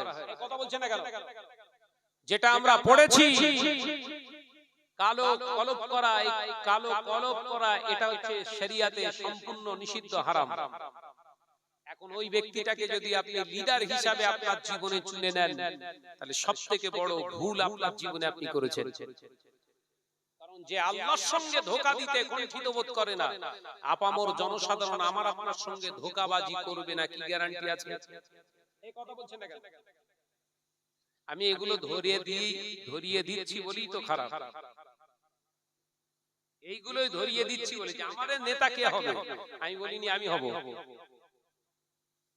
আমাদের নেতার অভাব বোধ করছি আমরা। নেতা কাকে মানাবো, কাকে আমরা মানব? যে নেতা হবে শরিয়াতের একজন কট্টরপন্থী প্রকৃত ইত্তেবায়ে সুন্নাতে নববীর উপরে নিজের জীবনটাকে চালনা করেন, যেমন ছিলেন মুজাদ্দিদুজ জামান। একবার জোরে বলুন না, হ্যাঁ জোরে হবে না। মুজাদ্দিদুজ জামান যত আন্দোলন করেছে এই জমিনে, বাংলা জমিনে, প্রত্যেকটা আন্দোলন সাকসেসফুল। একবার জোরে বলুন না। মুজাদ্দিদুজ জামান লিডারশিপ গ্রহণ করেছিলেন, তাকে গ্রহণ করানো হয়েছিল। এই বাংলার মুসলমানরাই বলেছিলেন আপনি আমাদের নেতা। একদিকে তিনি রাজনীতির আঙিনাটা দেখিয়ে গেছেন, তিনি রাজনীতি করেননি কিন্তু দেখিয়ে রেখে গেছেন রাজনীতি কিভাবে করতে হয়। অন্যায়ের রাস্তা অবলম্বন করলে কখনো রাজনীতি করা হয় না, ধোঁকা দেওয়া হয়। অর্থাৎ মিথ্যা দ্বারস্থ হয়েও না তোমরা। মুজাদ্দিদুজ জামান তিনি বলেছিলেন রাজনীতির আঙিনায় তোমরা থাকবে কিন্তু মিথ্যার হারামের আশ্রয় গ্রহণ করবে না। একবার জোরে বলুন সুবহানাল্লাহ। তানার এই আদর্শ নিয়ে যারা পৃথিবীর জমিনে চলেছিলেন, বাংলার জমিনে প্রত্যেকটা রাজনীতিবিদ এখন ইতিহাসে তাদের নামগুলো রচিত আছে। অবাক হয়ে যেতে হয়। নাম শোনেননি? খোলাপোতার জমিনে শুয়ে আছে বজলুর রহমান দারগাপুরি, নাম শুনেছেন? কথা বলছেন না। রাজনীতি করেছিলেন তো, কার নির্দেশে করেছিলেন? মুজাদ্দিদুজ জামান বলেছিলেন। সেই বজলুর রহমান দারগাপুরি রাহমাতুল্লাহ আলাইহি তিনি সেই সময় রাজনীতি করেছিলেন, অন্যায়ের সঙ্গে কোনো আপোষ করেননি বজলুর রহমান দারগাপুরি। ওইজন্য তার কবরটা এখনো জিয়ারত করতে যায় মানুষ। কথা বুঝতে পারছেন না?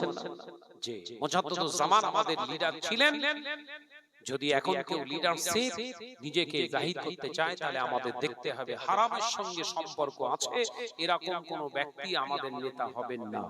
আমাদের নেতা হবেন নির্ভেজাল হালালিয়াতের জিন্দেগি তৈরি করনে वाला, যে ওয়াকফ আন্দোলন করছে অথচ নিজে আন্দোলনের সময়সীমা স্টেজে বক্তব্য চলছে কটা থেকে না,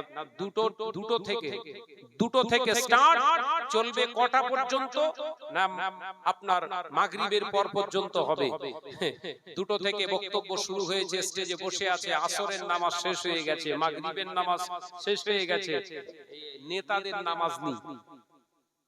এরা নাকি আমাদের পথ দেখাবে, এই কথা বুঝতে পারছেন না? এ বললেই তো শাহনাজ খারাপ। ভাইরা, নওজওয়ানেরা, যুবকেরা, ছেলেরা, বাচ্চারা, আল্লাহওয়ালা নেতা, আল্লাহর মাহবুব বান্দা যারা হন, তাদেরকে নেতা বলে মেনে নিলে কি হয়? তারা যেখানে অবস্থান করবে আল্লাহ পাক রহমত নাযিল করবে। যেমন ছিলেন বিশ্বের ইমামে আযম আবু হানিফা রাহমাতুল্লাহ আলাইহি, নোমান বিন সাবিত রাহমাতুল্লাহ আলাইহি জেলে যখন, কয়েদখানায় যখন হুজুরকে কয়েদি বানিয়ে দেওয়া হলো, হুজুর আমার জেলের ভিতরে ছিলেন। মালিক বিন মারওয়ান মনসুর মনে করেছিলেন, মালিক বিন মারওয়ান মনে করেছিলেন জেলের ভিতরে ঢুকিয়ে দিয়েছি মানে আবু হানিফা নোমান বিন সাবিতের সব কার্যকলাপ বন্ধ হয়ে গেছে, দ্বীনের আর খেদমত করতে পারবে না, শরিয়াতের কোনো খেদমত আর করতে পারবে না। ও বাবাজিরা, ইতিহাস খুলে দেখুন, হযরতে বিশ্বের ইমামে আযম আবু হানিফা রাহমাতুল্লাহ আলাইহি জেলের ভিতরে যত চোর দস্যু ডাকাত বদমাইশ খুনি ছিল সবকে এক জায়গায় করে দ্বীনের শরিয়াতের তালিম তিনি দিয়েছিলেন। এ নওজওয়ানেরা, মুরব্বিয়ানে গণেরা, ছেলেরা, বাচ্চারা, পর্দানাশিনা মা ও বোনেরা, আবু হানিফা রাহমাতুল্লাহ আলাইহি, নোমান বিন সাবিত রাহমাতুল্লাহ আলাইহি যখন এইভাবে খেদমত করতে দেখলেন, জেলের ভিতরে কয়েদখানার ভিতরে তিনি খেদমত করছে, ও নওজওয়ানেরা, হিংসুকেরা, মুনাফিকের দলেরা কি করলেন, খাবারের সঙ্গে বিষ মিশিয়ে দিয়ে বিশ্বের ইমামকে শহীদ করে দেয়া হলো। ইন্না লিল্লাহি ওয়া ইন্না ইলাইহি রাজিউন। হুজুর আমার ইন্তেকাল হয়ে গেলেন, শাহাদা বরণ করলেন, শহীদ হয়ে গিয়েছে। কিন্তু অবাক হয়ে যাবেন কি না, না, বিশ্বের ইমাম দুনিয়া থেকে চলে গিয়েছে, হুজুরের লাশটাকে গোসল করিয়ে দাফন করানোর জন্য, জানাজা পড়ানোর জন্য যখন ফাঁকায় বার করা হচ্ছিল, দেখতে পাওয়া যাবে এক আবু হানিফাকে বিষ খাইয়ে শহীদ করে দেয়া হয়েছে বটে, কিন্তু তার সোহবতে যত কয়েদিরা ছিলেন সবাই আল্লাহর ওলি হয়ে গেছে। জোরে বলো, আমার আলোচনা বুঝতে পারছেন? নেতা এমন ভাবে চুনুন, সেই নেতা যেখানে যাবে সেখানে শস্যের নয় রহমত ঝরবে। একবার জোরে বলুন, একবার জোরে বলুন, যে নেতার ওসিলায় আল্লাহর খাস রহমত নাযিল হবে, যেখানে যাবে ভালো পাওয়া যাবে। আরো একটা উদাহরণ দিই, মুজাদ্দিদ জামান ইন্তেকাল করেছে, কিছু না হলেও প্রায় 90 এর কাছাকাছি। কত বছর? 90 প্লাস হয়ে গেছে, হিসাব করলে 90 প্লাস প্রায়। বাবাজি, মুজাদ্দিদ জামানের হাতের একটা লাঠি আছে। কি বললাম? মুজাদ্দিদ জামানে ব্যবহার করতেন হুজুরের হাতের একটা লাঠি, হুজুরের আছে। যখন আব্বাজান বাংলা আসামের হাজী মুফতি আজম মিসলা হুজুর পীর কেবলা রাহমাতুল্লাহ আলাইহি হায়াতে আছেন, আমি তখন আছি ওখানে পড়াশোনা করছি, তো দেখলাম 26 জেনে ধরেছে, দুষ্টু জেন। একটা জেনের রোগীকে দুষ্টু জেন পাকড়াও করেছে। তো হুজুর কেবলা আব্বাজান মিসলা হুজুর পীর কেবলা বললেন, বাবা ও 26 এসেছে, 26 ও সহজে যেতে চাইবে না, তুমি এক কাজ করো, ও তাবিজ দেব, পরে আব্বাজানের লাঠিটা গিয়ে ওই রোগীর মাথাতে যে ঠেকাও। একবার জোরে বলবেন না? এই জোরে হবে না সুবহানাল্লাহ? আমার নিজে চোখে দেখা, গল্প করা নয়, আর তৈরি করে কথাও বলছি না। সেই মুজাদ্দিদ জামানের ইউজ করা, ব্যবহার করা লাঠিটা গিয়ে ওই জেনের রোগীকে গিয়ে 26 জেনে যার ধরেছিলেন তার মাথাতে যে ঠেকিয়েছে, সঙ্গে সঙ্গে বেহুশ হয়ে পড়ে গেছে। একবার জোরে বলুন না সুবহানাল্লাহ। আমি শুধু উদাহরণ দিচ্ছি, ওই গালগালা গল্প বলছি না, গোপাল ভাড়ের গল্প নয়। মুজাদ্দিদ জামান দাদা পীর সাহেব কেবলা রাহমাতুল্লাহ আলাইহি সৎ মানুষ ছিলেন, তার ব্যবহারের লাঠির মর্যাদাও আল্লাহ দিয়েছে। তার ব্যবহারে লাঠির মর্যাদা আল্লাহ দিয়েছে। ওই জেনের রোগীটার মাথাতে যে ওই লাঠিটা ঠেকিয়েছে, রোগী বেহুশ হয়ে গেছে, জ্ঞান ফিরেছে। মুজাদ্দিদ জামানের লাগতে জিগার বাংলা আসামের হাজী মুফতি আজম বললেন, বাবা 26 পালিয়ে গেছে, এবার ওকে আমার কাছে আনো, আমি তাবিজ কালামটা করে দিই। একবার জোরে বলুন। কিছু বুঝতে পেরেছেন? আল্লাহ ওয়ালা নেতা যদি হয়, তার গায়ের পোশাক, ব্যবহারের জিনিসটাও কাজে দেয়, যেখানে রাখবেন সেখানটাও ভালো হবে। একবার জোরে বলুন, কথা বুঝতে পেরেছেন? ওই জন্য আমাদের নেতা চুনতে হবে।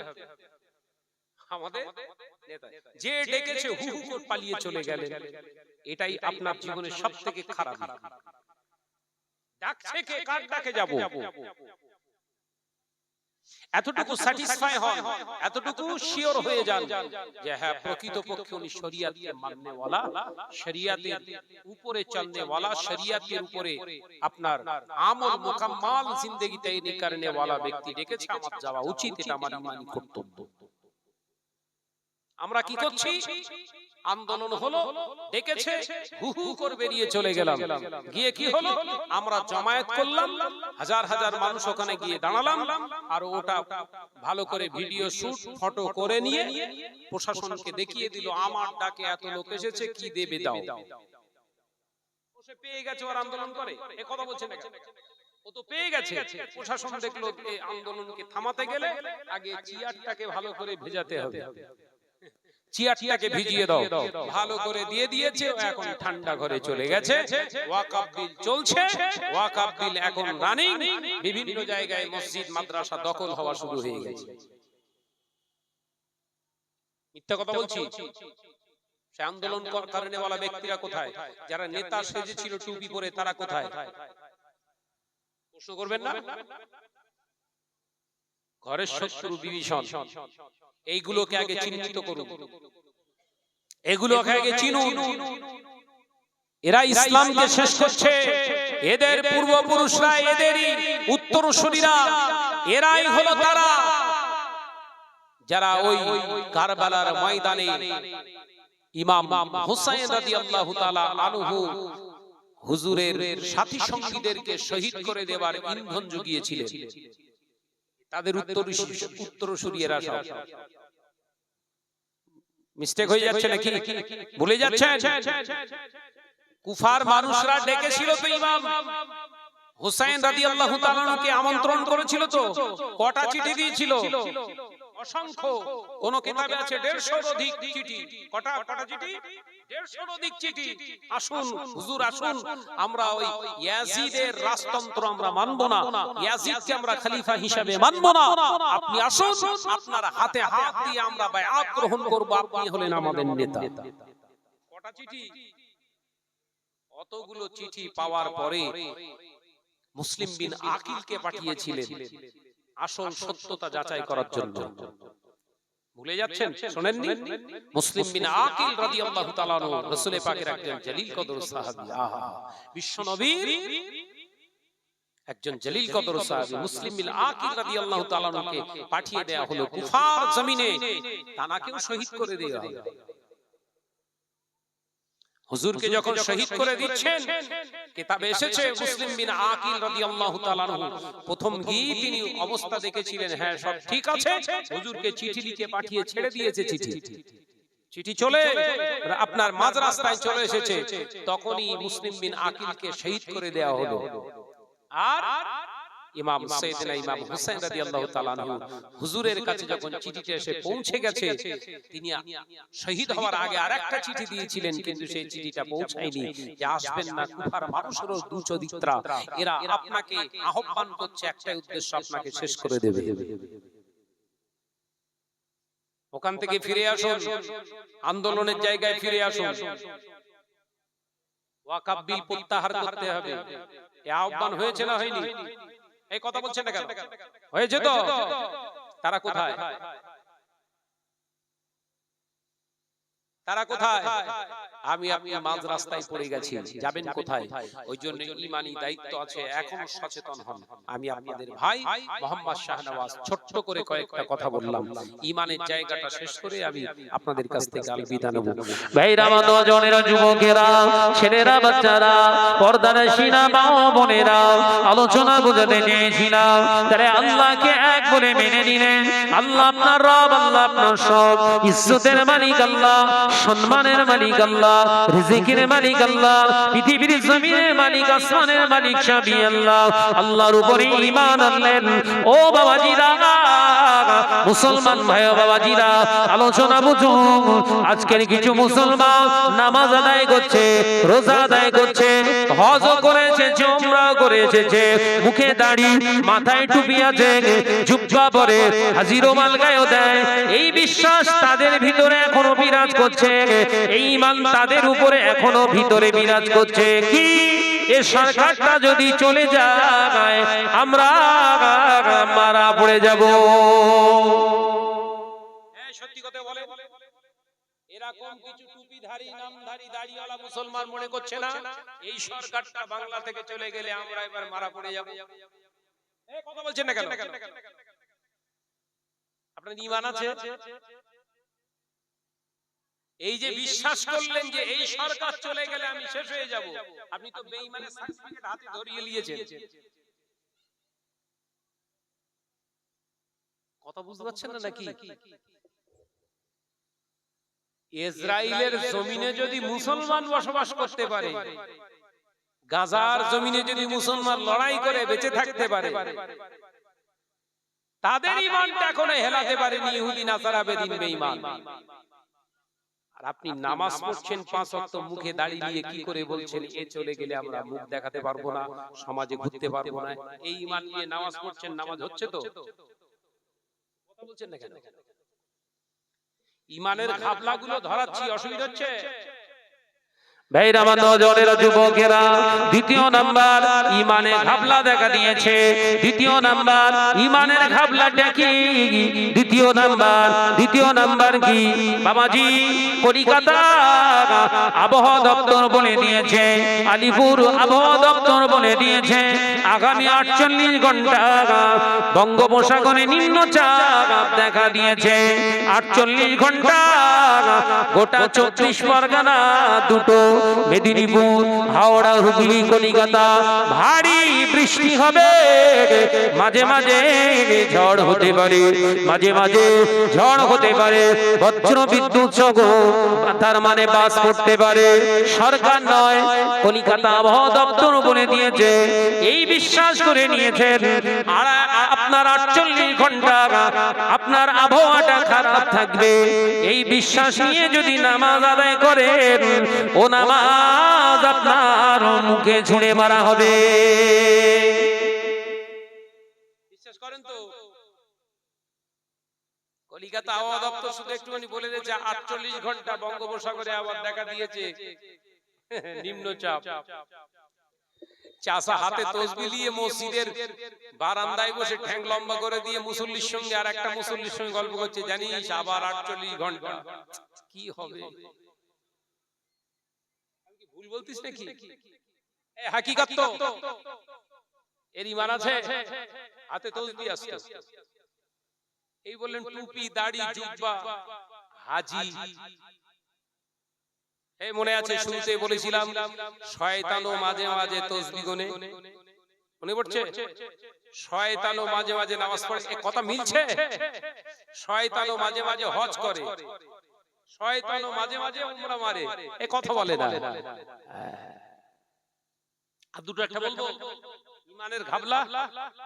ভাইরা আমার নওজওয়ানেরা, যুবকেরা, ছেলেরা, বাচ্চারা, পর্দানশীনা মা ও বোনেরা, তৃতীয় নাম্বার আপনার ঈমানে ঘাবলা দেখা দিয়েছে, ঈমান বরবাদ হয়ে গিয়েছে। ও মুসলমান, ঈমানটাকে ঠিক করো বাবাজি। মুসলমান, ঈমানটা ঠিক করুন। আপনি ঈমানদার নন, তার আরেকটি প্রমাণ হলো 100 টাকায় যদি লটারি কাটি, যদি 1 কোটি টাকা বেঁধে যায়, খেটে খেতে হবে না, বসে বসে খাবো, এই চিন্তা নিয়ে লটারি কেটেছেন, আপনি ঈমানদার নন, আপনি বেঈমান। ওই অবস্থায় যদি বিনা তওবায় মারা যান, মুসলমানের কবরস্থানে আপনার দাফন করা যাবে না। জানাজা পড়বে কি? আমরা লম্বা দোয়া করব, জান্নাতে পৌঁছে দি। ফেরেশতারা বলছে হ্যাঁ পৌঁছে দেবো, তুই আয়, একসঙ্গে দেবো। কথা বুঝতে পারছেন নাকি?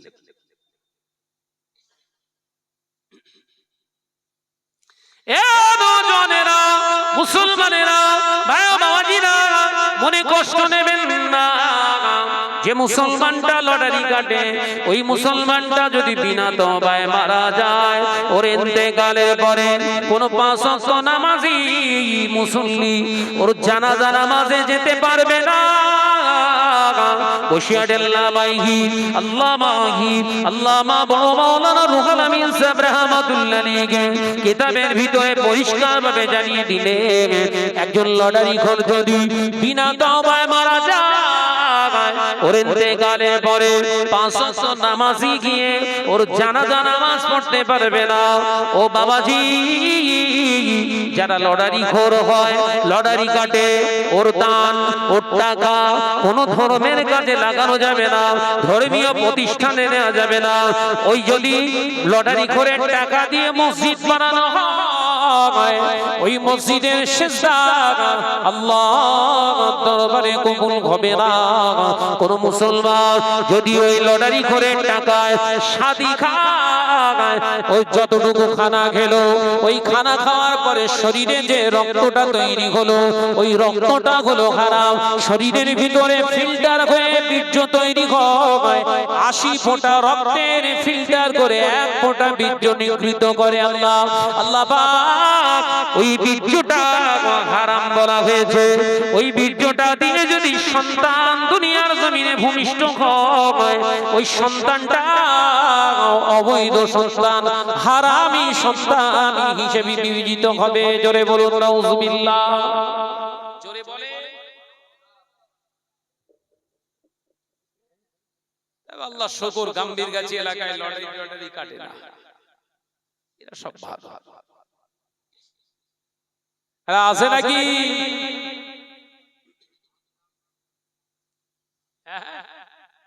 তাহলে আমার এখানে ছুটি, কিচ্ছু করার নেই। এ নওজওয়ানেরা, মুরব্বিয়ানে গনেরা, সেনেরা, বাচ্চারা, পর্দানশীনা মা বোনেরা, আলোচনা বুঝো। আমি আপনাদের ভাই মোহাম্মদ শাহনওয়াজ বলে যায়, শুনে রেখে দিন, জেনে রেখে দিন। মুসলমান ঘরে ছেলেরা সাবধান হয়ে যান, শুনে রেখে দিন, শুনে রেখে দিন। আল্লাহ পাক লটারিকে পৃথিবীর জমিনে হারাম করে দিয়েছে, আমার আপনার জন্য হারাম। ওই যারা লটারি কাটে ওরা ঈমান নিয়ে কবরে যেতে পারবে না। এ নওজওয়ানেরা, যুবকেরা, ছেলেরা, বাচ্চারা, পর্দানশীনা মা ও বোনেরা, সাবধান হয়ে যান, সাবধান হয়ে যান। এখনো পৃথিবীর জমিনে বহু মুসলমান আছে যারা দিন আনা দিন খাওয়া, যাদের দিন আনা দিন খাওয়া, যাদের রোজগারের জিন্দেগি চলছে, হালাল রাস্তার উপরে চলছে, সমাজে তাদের হয়তো অনেক দুর্নাম বদনাম করানো হয়, অনেক নিচু করানো হয়, ছোট করে দেয়া হয়। সমাজের বুকে তারা নিপীড়িত হচ্ছে, অত্যাচারিত হচ্ছে। কিন্তু জেনে রাখবেন, এই পৃথিবীর জমিনটা আল্লাহ পাক তাদের ওসিলায় এখনো হেফাজত করে রেখেছে। একবার জোরে হবে না? তাদেরকে আমরা খারাপ চোখে দেখি, আল্লাহু আকবার, কিন্তু অবাক হয়ে যাবেন, বিশ্বনবী জানিয়েছেন একজন ওইরকম ঈমানদার যতদিন পৃথিবীর জমিনে থাকবে, আল্লাহ তার ইজ্জতের খাতিরে, তার ঈমানের ইজ্জতের খাতিরে আল্লাহ দুনিয়া ধ্বংস করবেন না, আল্লাহ সহি সালামতে রেখে দেবে। একবার জোরে বলুন। কার দাম বেশি হচ্ছে? যার টাকা বেশি আছে না যার ঈমানটা মজবুত আছে? কার দাম বেশি? জোরে বল না রে বাবা। যার টাকা পয়সা অ্যাসেট বেশি আছে, তাই তো নাকি? হ্যাঁ, ডলার ডলার, মিলিয়ন বিলিয়ন, আবার বেরিয়ে চলছে ট্রিলিয়ন। ওরে বাপ রে বাপ, ডলার কোটি কোটি নয়, মিলিয়ন শেষ, বিলিয়ন শেষ, এবার ট্রিলিয়ন হয়েছে। বাপরে বাপ, ট্রিলিয়নের মালিক, বিশাল বিশাল কোটি কোটি সম্পদ।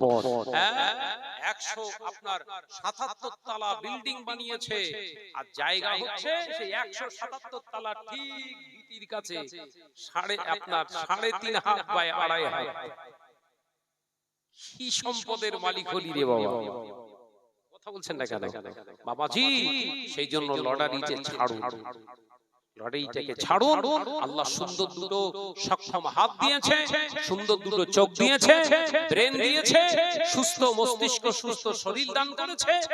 এটা হিকমতের দ্বারা হালাল রাস্তায় চালনা করুন, আল্লাহ পাক আপনার রিজিকে বরকত দান করবে। একবার জোরে বলুন সুবহানাল্লাহ। আমি জোরে হবে না সুবহানাল্লাহ? আল্লাহ আমাদের বোঝার তৌফিক দেন, বলুন আমিন। আরো বলি আল্লাহুম্মা আমিন।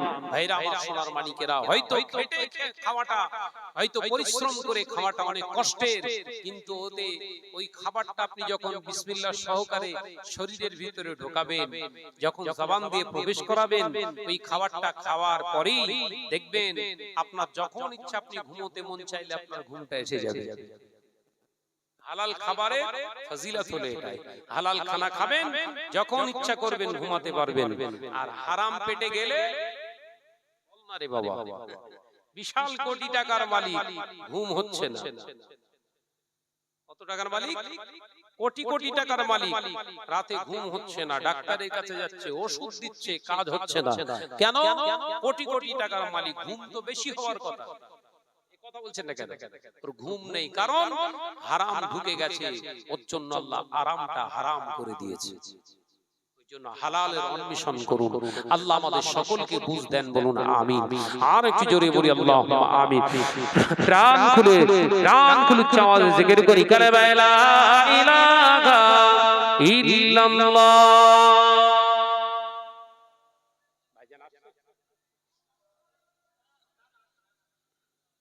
একটু আওয়াজ দেন, এত প্যান্ডেল ভর্তি লোক আর এরকম করে জিকির করলে হবে? আওয়াজ দিয়ে পড়ি না, কালিমা লা ইলাহা ইল্লাল্লাহ, লা ইলাহা ইল্লাল্লাহ। ডেকে লো রাসূলুল্লাহ, রওজা পাকের কিনারে, আমি সইতে পারি না বিরহ ব্যথা, ধন্য করো দিদারে। জোরে বলবেন না, আরে জোরে হবে না, আরে ছিললে হবে না। দেখে লো রাসূলুল্লাহ, রওজা পাকের কিনারে, আমি সইতে পারি না বিরহ ব্যথা, ধন্য করো দিদারে। আল্লাহুম্মা সাল্লি আলা,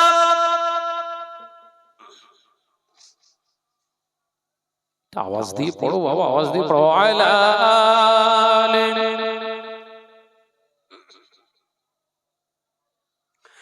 নূরে উজ্জ্বল চেহারা তোমার,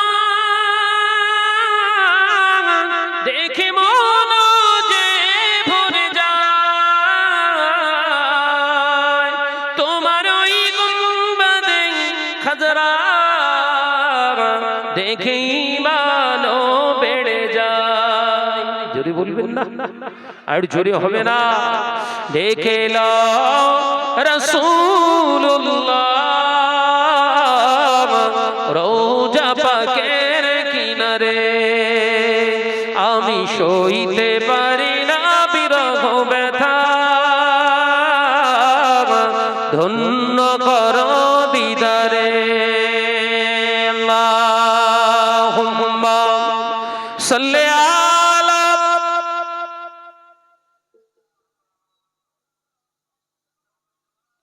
একটু আওয়াজ দিয়ে পড়ো বাবা, ওয়ালা আলি।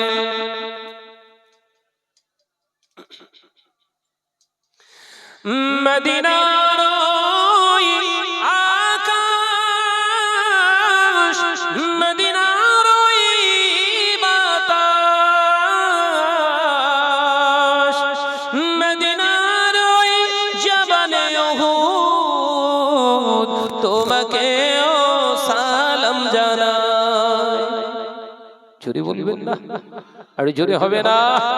নারে তাকবীর, নারে তাকবীর। औलाद मुजद्दिदुज़्ज़मान, औलाद मुजद्दिदुज़्ज़मान।